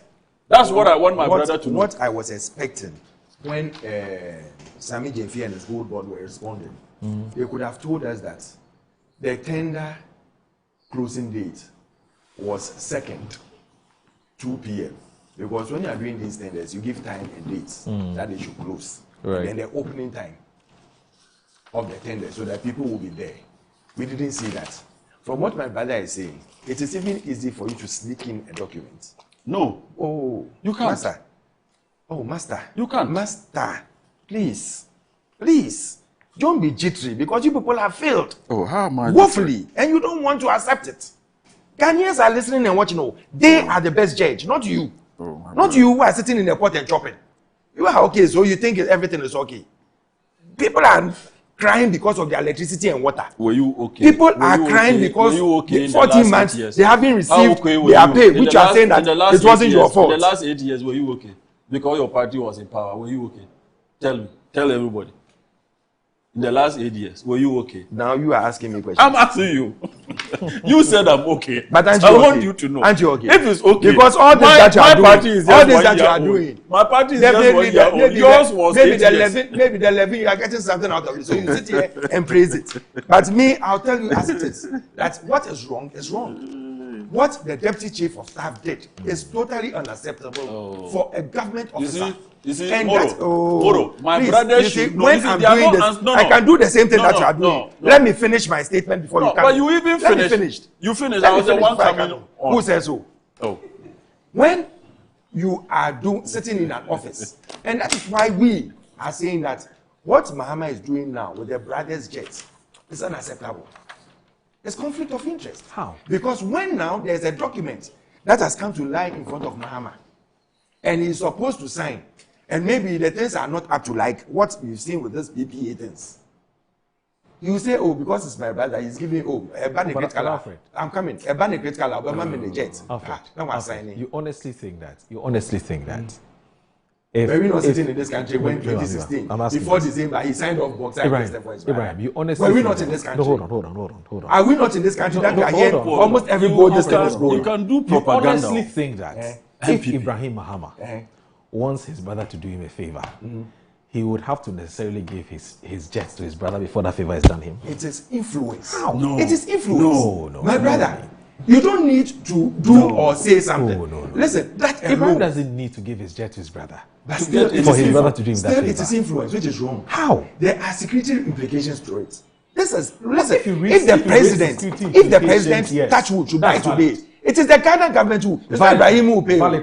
Valid point. There are security implications valid to point. it. What are the That's security valid. implications? But if you want you me to come and sit on there and talk about security implications? Say it. You are a member of parliament. No, say it. What are the security implications? Why do you think that when they were or asking is it that, or Ibrahim pilot payment, when you take the flight, Ibrahim is the pilot. He pilots the when see the jet now they are buying for the Ghana government. Anyway, so it's more luxurious than even the what do you call it? Ibrahim's own. Okay. Someone asked a nice question that in the president in the end there, they get Ibrahim government and the hear jet.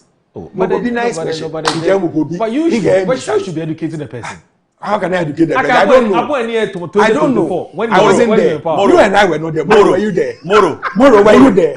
Moro, were you there? It's not to find. I can get cash and go and buy someone's jet right now. Moro. Are you trying to tell me that you can't get cash and go and buy? Moro, I want to let me reiterate this fact. Okay. Which fact? It's not a fact. Let me reiterate my story. It's a story you are telling us. Reiterate this fact. It's not a fact. Let me tell you, there is nothing wrong. There is nothing wrong with the fact that a company that hitherto is owned by the deputy chief of staff. Is owned by the deputy chief of staff should tender for a job 11 million, in this country, 11 million Ghana city contract. Due process was followed. But due process we've shown let me tell you something. Due process was not followed. Let me tell what do you mean due process was not followed? What was wrong in the award of the contract? So all the that contract all that I was saying, no, it's your propaganda. No, listen, all that I was the saying, contract was, you put it in your mind that it's propaganda. The contract so was you not advertised. even listen, and tell your brother that what he's done was wrong. Listen, let me tell you. You not even listen. That is the problem. Sandogbe is not working in the office of Gold Board. Sami Jemfi is not under Gold Board. Sandogbe. Gold Board is under the presidency. It's not under the presidency. Gold Board is under the ministry. Every organization in this country is under the presidency. Gold Board is under the finance ministry. Every organization in this country is under the presidency. Yes, but the president can decide today that he's Sami Jemfi. But Sandogbe can tell the president that is not what Sami Jemfi is doing. Sandogbe doesn't have problems. Listen. Let's remove it, and the president will do it. It's not true. Please. Why? It's only parliament that you can tell me that even it's chief not of under staff, president. even chief of staff, listen. But even parliament, president can start them with funding. Even chief of staff for them to do things for them. Remove this person in the room when the person hasn't done anything wrong. I'm saying that. But did you hear what I said? I said he can tell the president that this person is doing A, B, C, D, which will all go in our benefit. You see, so remove it. That's what so I asked a question. Moro, ask my brother. Please, you see, I told you that this guy is not listening. Ask my brother. The ambulance contract, the ambulance pass contract that was given to Akufo-Addo's daughter, was it conflict of interest? Tell me, answer. Ghanaians vote against MP because of that. Who said they voted because of that? They didn't vote against that. You already lost the election. They didn't vote because of that. Ghanaians should vote immediately out. Ghanaians should vote immediately out. Because what you are saying shows that you people are west. I'm saying that. Because you said the president's daughter. The reset is what you are saying. The president's daughter. Is this reset? That got the ambulance pass contract. The 133. Okay. You know this Gold Board 11 million Ghana cedis contract could have gotten 3 people 3 different jobs. That's the 133. You are just on a fishing spree. And in the evening. You are on a fishing spree, looking for scandal when there is none. When there is none. There's scandal all over. If what you call a scandal, if what you are calling a scandal, if it is anything to go by, then I don't see anybody who will be a businessman in this country. Just to close all this topic. Oh, how? Just to close all this topic. Let's do this. You come to talk about a president's brother's jet. The brother has a jet. Okay. A president's brother has a jet. He offered the president is traveling. Instead of Ghana renting a jet, like others did, the president, his brother offered his jet for free. You can fuel it and go. The other expenses are free. It's to my cost. Then you are saying that which one is better? Which other expenses? Which other expenses? Which other expenses? Apart from fuel, it is the flight. If a flight is moving, it's just the fuel. And I'm asking which other expenses? We want to know. Why? You are paying the pilot. You are paying so the who is crew. paying that one? Ibrahim. Who is paying the landing expenses? Ibrahim. Who said so? Why? Ibrahim has come out to say that. When we were sitting here when they said that there was no expense. No. Then all of a sudden, Felix Kwachi has come out to say that. Landing expenses are included. So my brother. We have not. My brother, we have. President did not. Ghana did not. Felix they should come out and tell us that landing expenses and all so that. Felix tells us the only expenditure that the government is incurring is buying fuel. That's what Felix tells us. Do you know that is even more dangerous than anything? So is it not better? Is it not better than do you know that is even more dangerous than anything? No, he's saying he doesn't like that. My brother, do you know that is even more dangerous? He doesn't like that, but the Ghanaian knows that. The Ghanaian knows that President Mohammed's brother. That every giving jet to his brother to travel, he has saved the country so much money. Should be manned by the armed forces. Yes. You didn't know that. So if the brother is using his own jets and his own pilots and paying them, it's more dangerous than anything. It's worse than anything. We need to find out the jet that you were renting.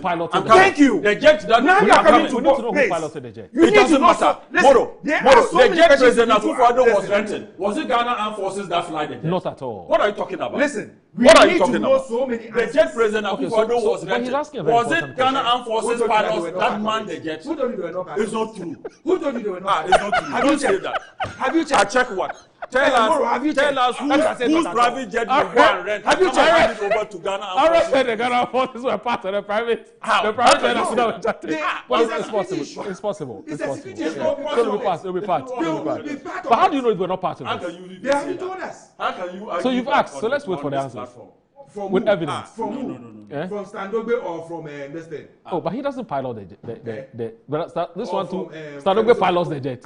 But he's the advisor. Oh, please. Let's do this. Alfred is saying that the private jets Akufo-Addo was renting. The Ghana Armed Forces pilot that will hand over the private jets to go and check. Any president taking any private jet. Oh, is that no? He said. Alfred said. Initially, you think the Air Force, but you think that the Air Force people they will take the private jet and pilot? Did I say they were piloting it? Wait, listen, Moro, let me deal with him. No. Did I say they piloted it? I said you can't deal with me. You got Did I say they piloted it or they are piloting it? They are part. You know, he said it's thank you. So you see how dumb they become. They shout at nothing. Let me read they shout at nothing. Let me bring in our viewers. So fine. You don't even listen. Alfred, let me bring in our viewers. Let me bring in our viewers. So Stephen Atubiga. We all know who he is. So Atubiga, he's a famous person.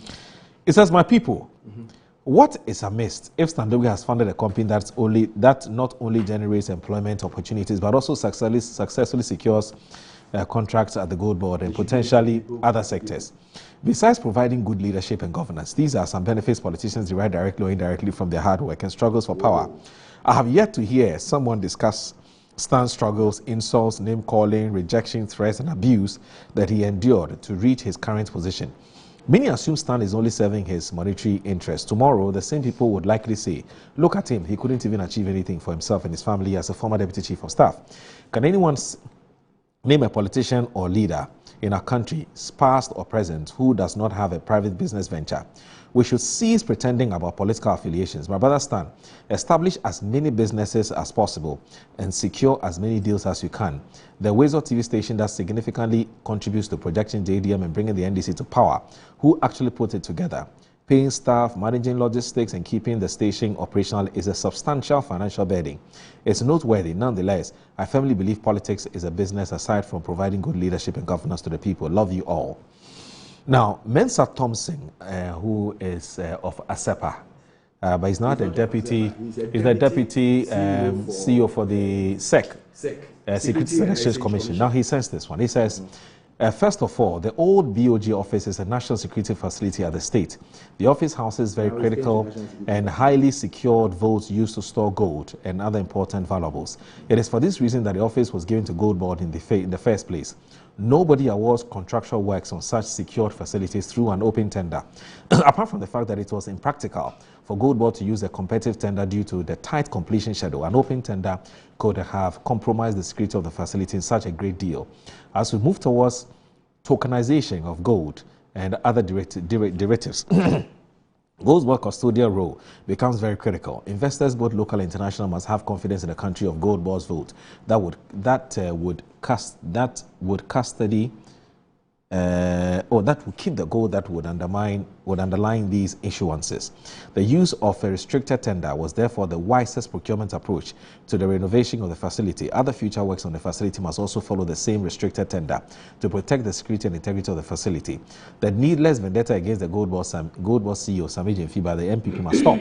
This is not a matter to politicize. We are talking about the security of the nation's most secured facilities. But on a more serious note, this smear campaign smells very much like an insider job. Maybe Gold Boss should take a critical look at its information security arrangement. Some must answer for the leakage of such classified information to the opposition and the door tightened. Mr. Thompson, everything is on the website, so I don't know what you are saying. I don't even know why I mentioned, because everything is on the company's website. Security information. Now, Edie, when it comes to security, we've talked enough. Let me bring in our viewers too. Let them also talk small. So Edie Mukhtar says, please ask Alfred if he can produce kind of errata for accountability they're looking for. Also remind Alfred that His Excellency John Dramani Mamadini rent hyper-expensive jet to travel with Sewa Bruni to watch Tottenham matches at the cost of 18 to 19 pounds per hour. Now, this one, Alfred Kojo Tradle says, the Moro, hope you're doing well. Just wanted to bring up something. Back when JDM was president, Ibrahim Mahama tried to dredge the Odo for free, but the MPP raised questions and it didn't happen. Fast forward to 2017, the MPP government gave the same contract for millions of dollars under the supervision of Cecilia Dapa. Now they're opposing the use of Ibrahim Mahama's jet by the president for free. One cannot understand whether the MP is happy protecting the public purse or wants President Mahama to behave like Nana Addo when he was in power. That's coming from Trade Deals. Desmond, who is the managing editor of the Catalyst newspaper, says, Moro, tell Alfred that we Ghanaians have not forgotten that when Ibrahim Mahama decided to desilt the Odo drain, for us for free in the past, members of the MPP cried conflict of interest. They made so much noise that he withdrew his equipment and personnel. A few moments later, there was a sanitation minister, Sidadapa, who was reported to have undertaken the same work at a whopping cost of $43 million. Again, tell Alfred that it is the same Ibrahim Mahama who is now saving this country millions of Ghana cedis that President Mahama would have used to rent expensive private jets for his foreign travels. And as usual, they are shouting conflict of interest. Tell Alfred that we Ghanaians have also not forgotten that Honorable Kenneth Japan continues to execute government contracts worth millions of Ghana cedis. I think the company should sue Alfred and let him go to court to prove any wrongdoing. Ghanaians are tired of the MPP's noise. So, Standard Procurement Gift has exposed the shallow communications intellect of some Mahama appointees. Deputy Chief Mensa Thompson of the Security and Exchange Commission posits in his awesomely unintelligent attempt to defend the restrictive tendering process through which Koreka was selected to perform business with Goldboard, that is BOG building, is a national security edifice and that warrants not an open tender process for any service it requires. Yet, the Bank of Ghana, who owned and worked from this edifice for nearly 65 years, almost always engaged in competitive tender for any service it required during the opposition. Is Goldboard more security-oriented than BOG? That comes with a question mark.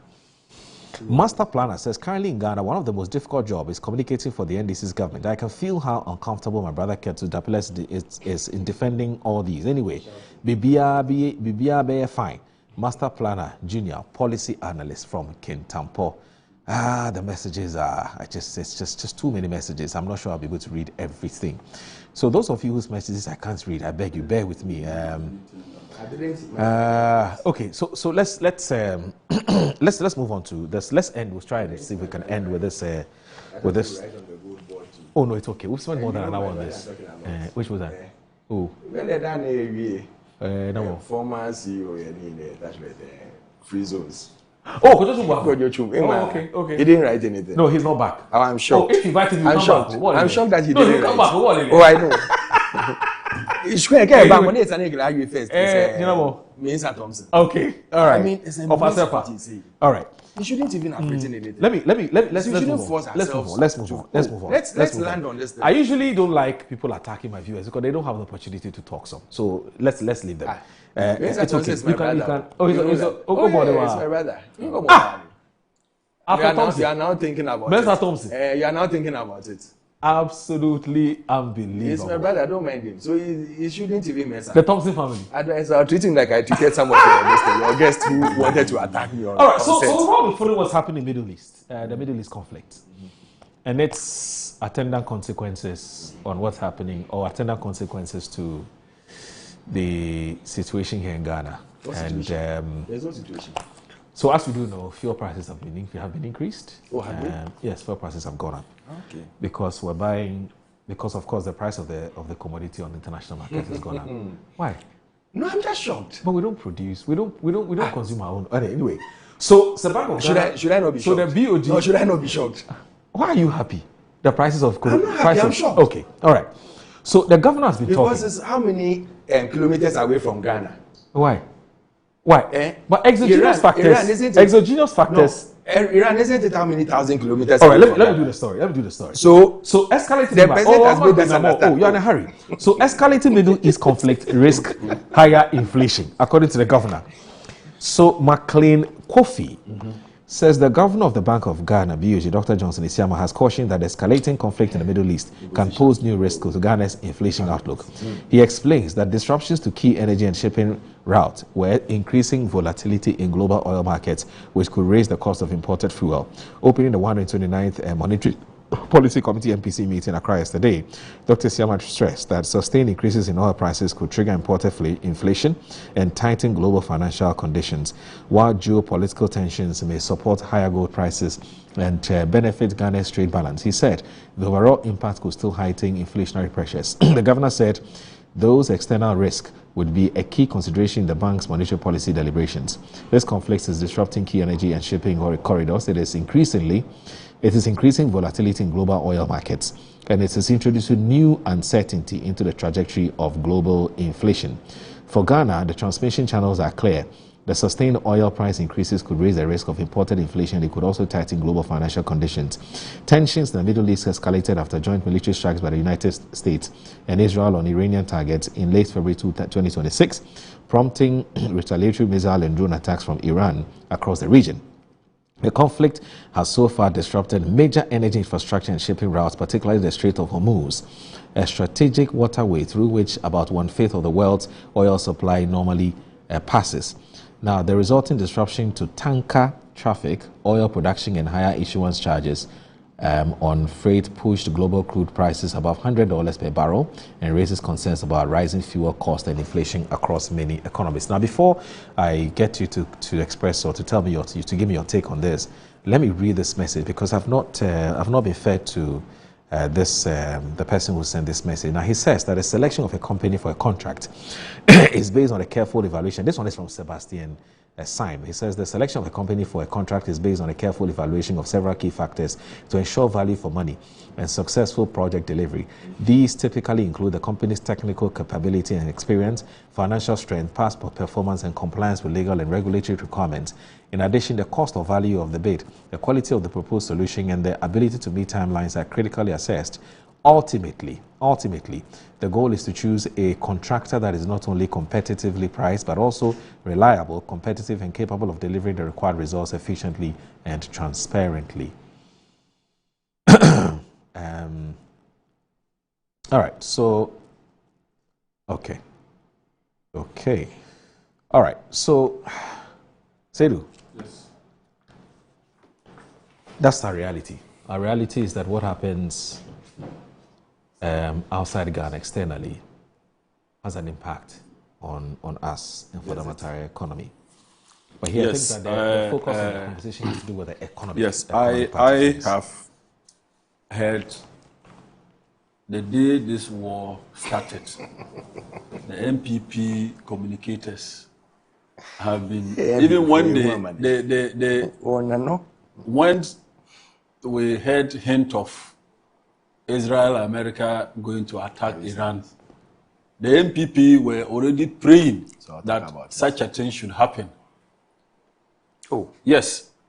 Most of the MPP people, they are communicators. Some openly said it. They are waiting for this war to start and they will see whether it won't affect Ghana or not. So they were praying for it. But Moro, what I want to assure them is that in this war, Inshallah. But they will see the solutions. They will see the knowledge and experience that will be displayed by President Mahama and his team, the energy sector, the finance people. and everybody will know that we are better managers of the economy, or when it comes to finding solutions to our problems, we can do it better than they did. Look, President Mahama did not only talk about the fact that you people were hinging every problem on Russia-Ukraine war. You had spent recklessly because you wanted to win an elections. And when the shocks came, you couldn't handle it. So the entire country suffered it. That's why President Mahama said that, why? For instance, Iran war, we know that it will affect us because it will increase crude prices, isn't it? I want my brother to tell me, the Russia-Ukraine war, what commodity did it cost us here in Ghana? Here, tell us immediately here. Fuel, we know. Iran, Israel, America attacking Iran. It will affect crude. We know. Tell us on this platform, Russia-Ukraine war, what commodity did it affect in Ghana here? That you hinge every problem. Even when you gave people haircuts, when you gave bondholders haircuts, you tack it on, you put it on Russia-Ukraine war.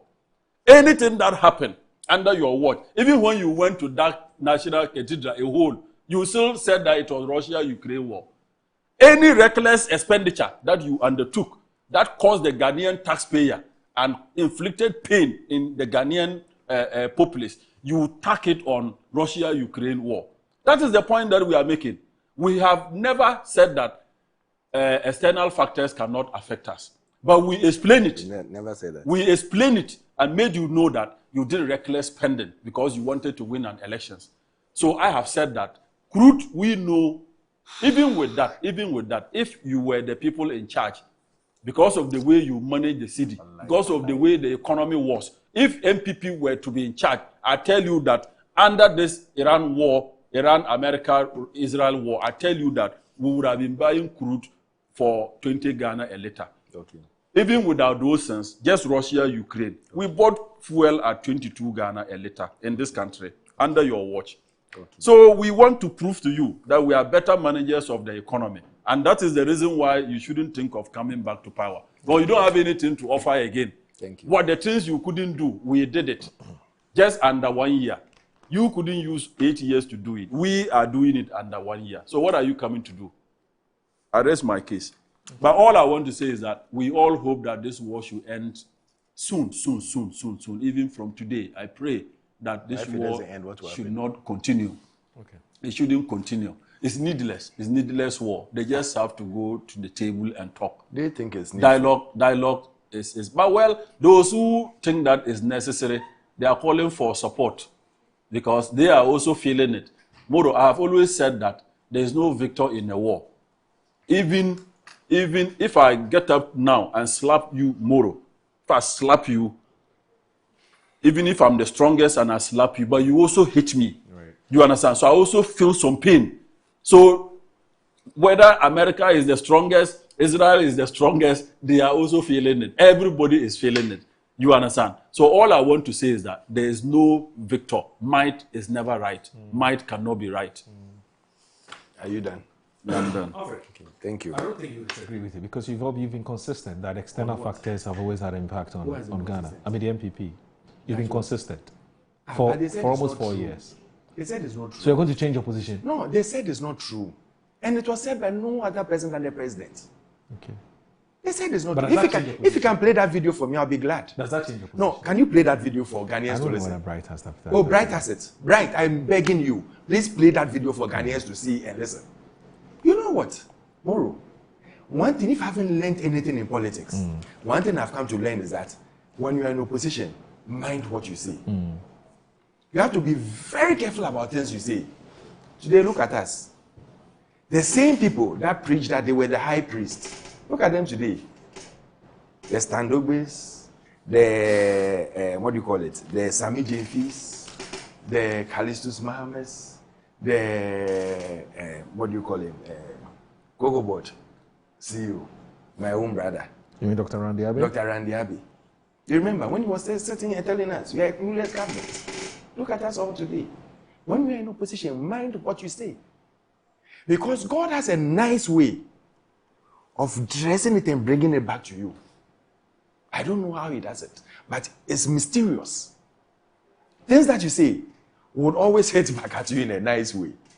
So, I'll advise them. When we are saying something, instead of they insulting us and calling us names and saying that we are empty, we didn't do anything, they forgot that when they were handing over in 2016, 2017, when we were taking over government, the economic indicators were so bad that nobody knew how Nana Addo was going to even do it. Nobody. That time, there was no global problems. They only said that China had an issue. So whatever was happening in China was affecting Ghana. Meltdown in China.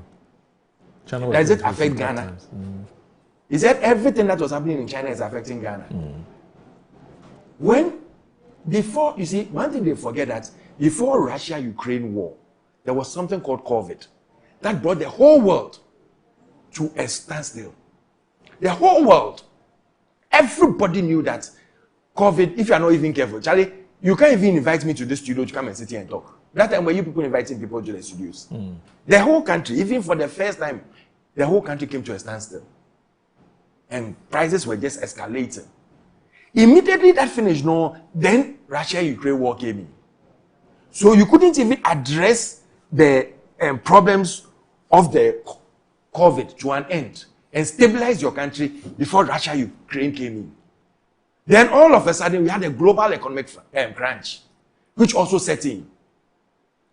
And that was why it was unfortunate that you had to take serious decisions that hurt people.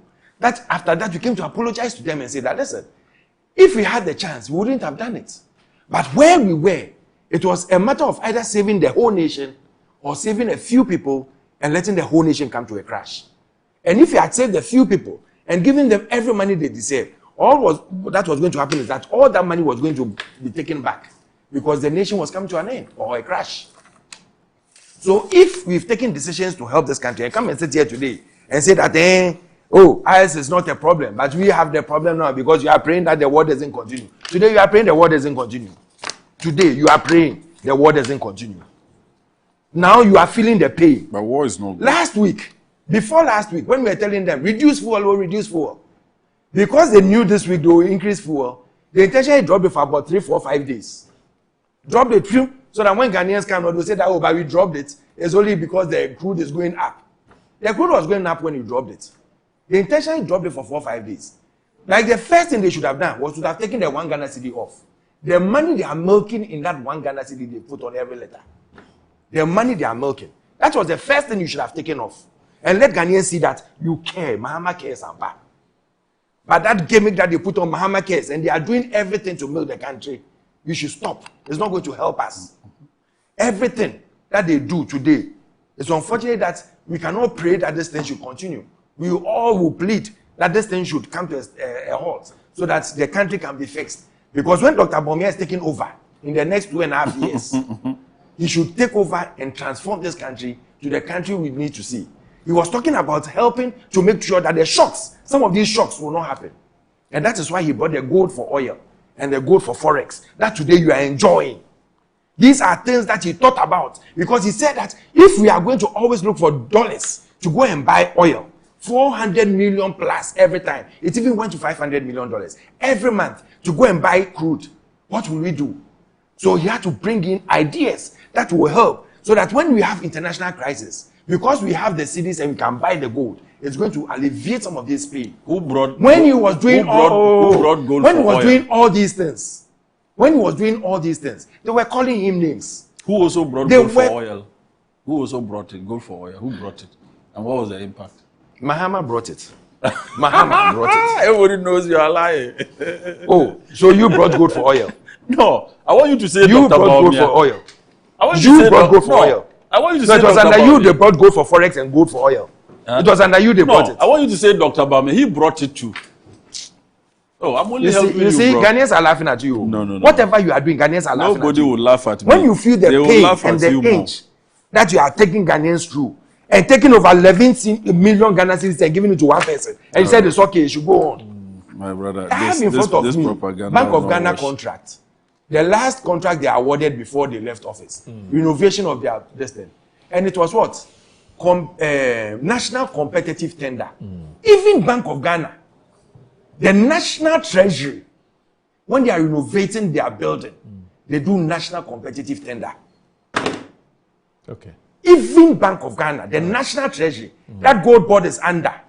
When they are doing renovation, they do national competitive tender. And you're coming to tell us, and you think we should take it line, hook, and sinker, that you've done so well, we should clap for you, that they've awarded the contract to a company of a deputy chief of staff. They've done so well. Party people are crying. But Alfred, Ghanaians are crying. That when they came into power, that's not what they told them. The 133 they promised them, they failed them. The contract they said they'll give them. Now, people within government are taking all the contracts. And you want them to sit down and cry and laugh at it. Per your logic, it wouldn't really make, per your logic, that this contract was influenced from the top. Per that logic.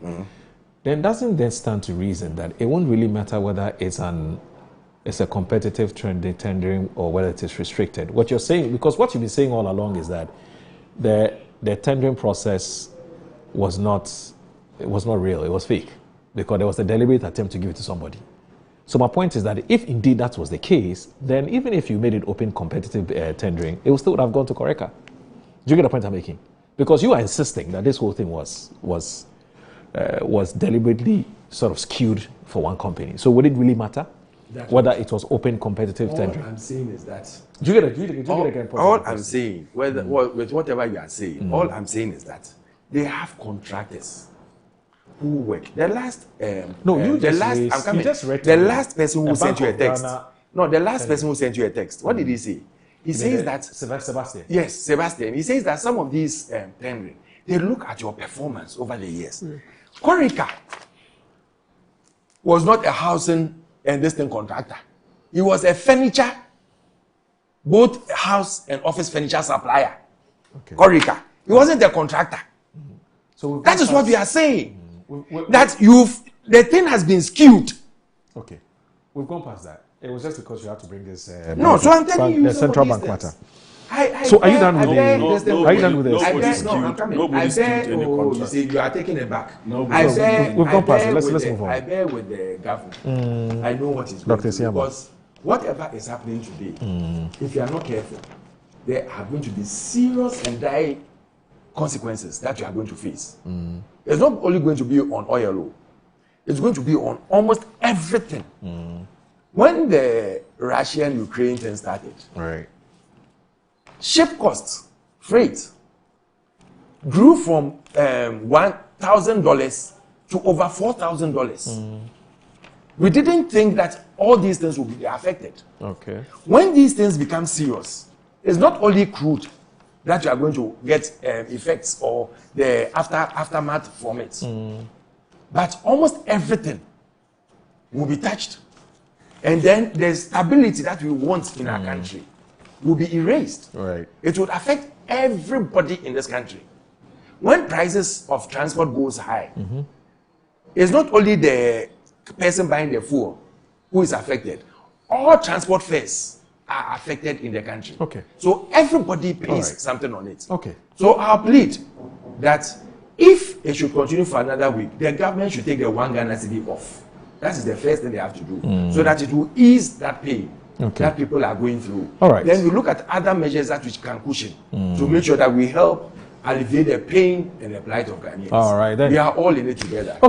Alfred Thompson is aspiring to become the MPP's national treasurer in the someday. He is also a banking and a finance person. Bring money. They are just trying so hard to fish out a scandal when there is none. And also government officials. Let me tell you, government officials. We have government officials who were businessmen. Like I said in Parliament, we have many MPs. You made this point several times. All right. Companies want contracts. You understand? So you have to get a speaker's permission before you can go and do any business. Yes, I get it. And also, in the same way, Cletus Seydou Dapola is member of Parliament for the Jirapa constituency. My name is Alvin Moro. Thanks for watching Good Morning Ghana. Thank you. Have a good day. Bye-bye.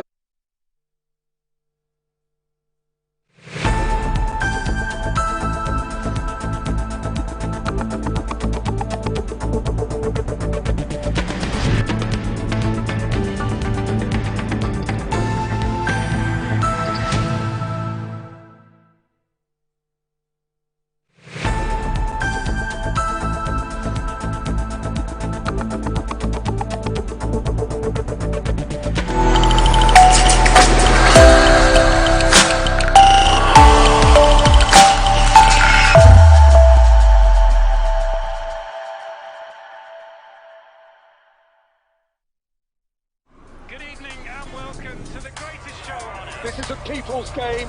They will be bubbling about this one for weeks and months to come.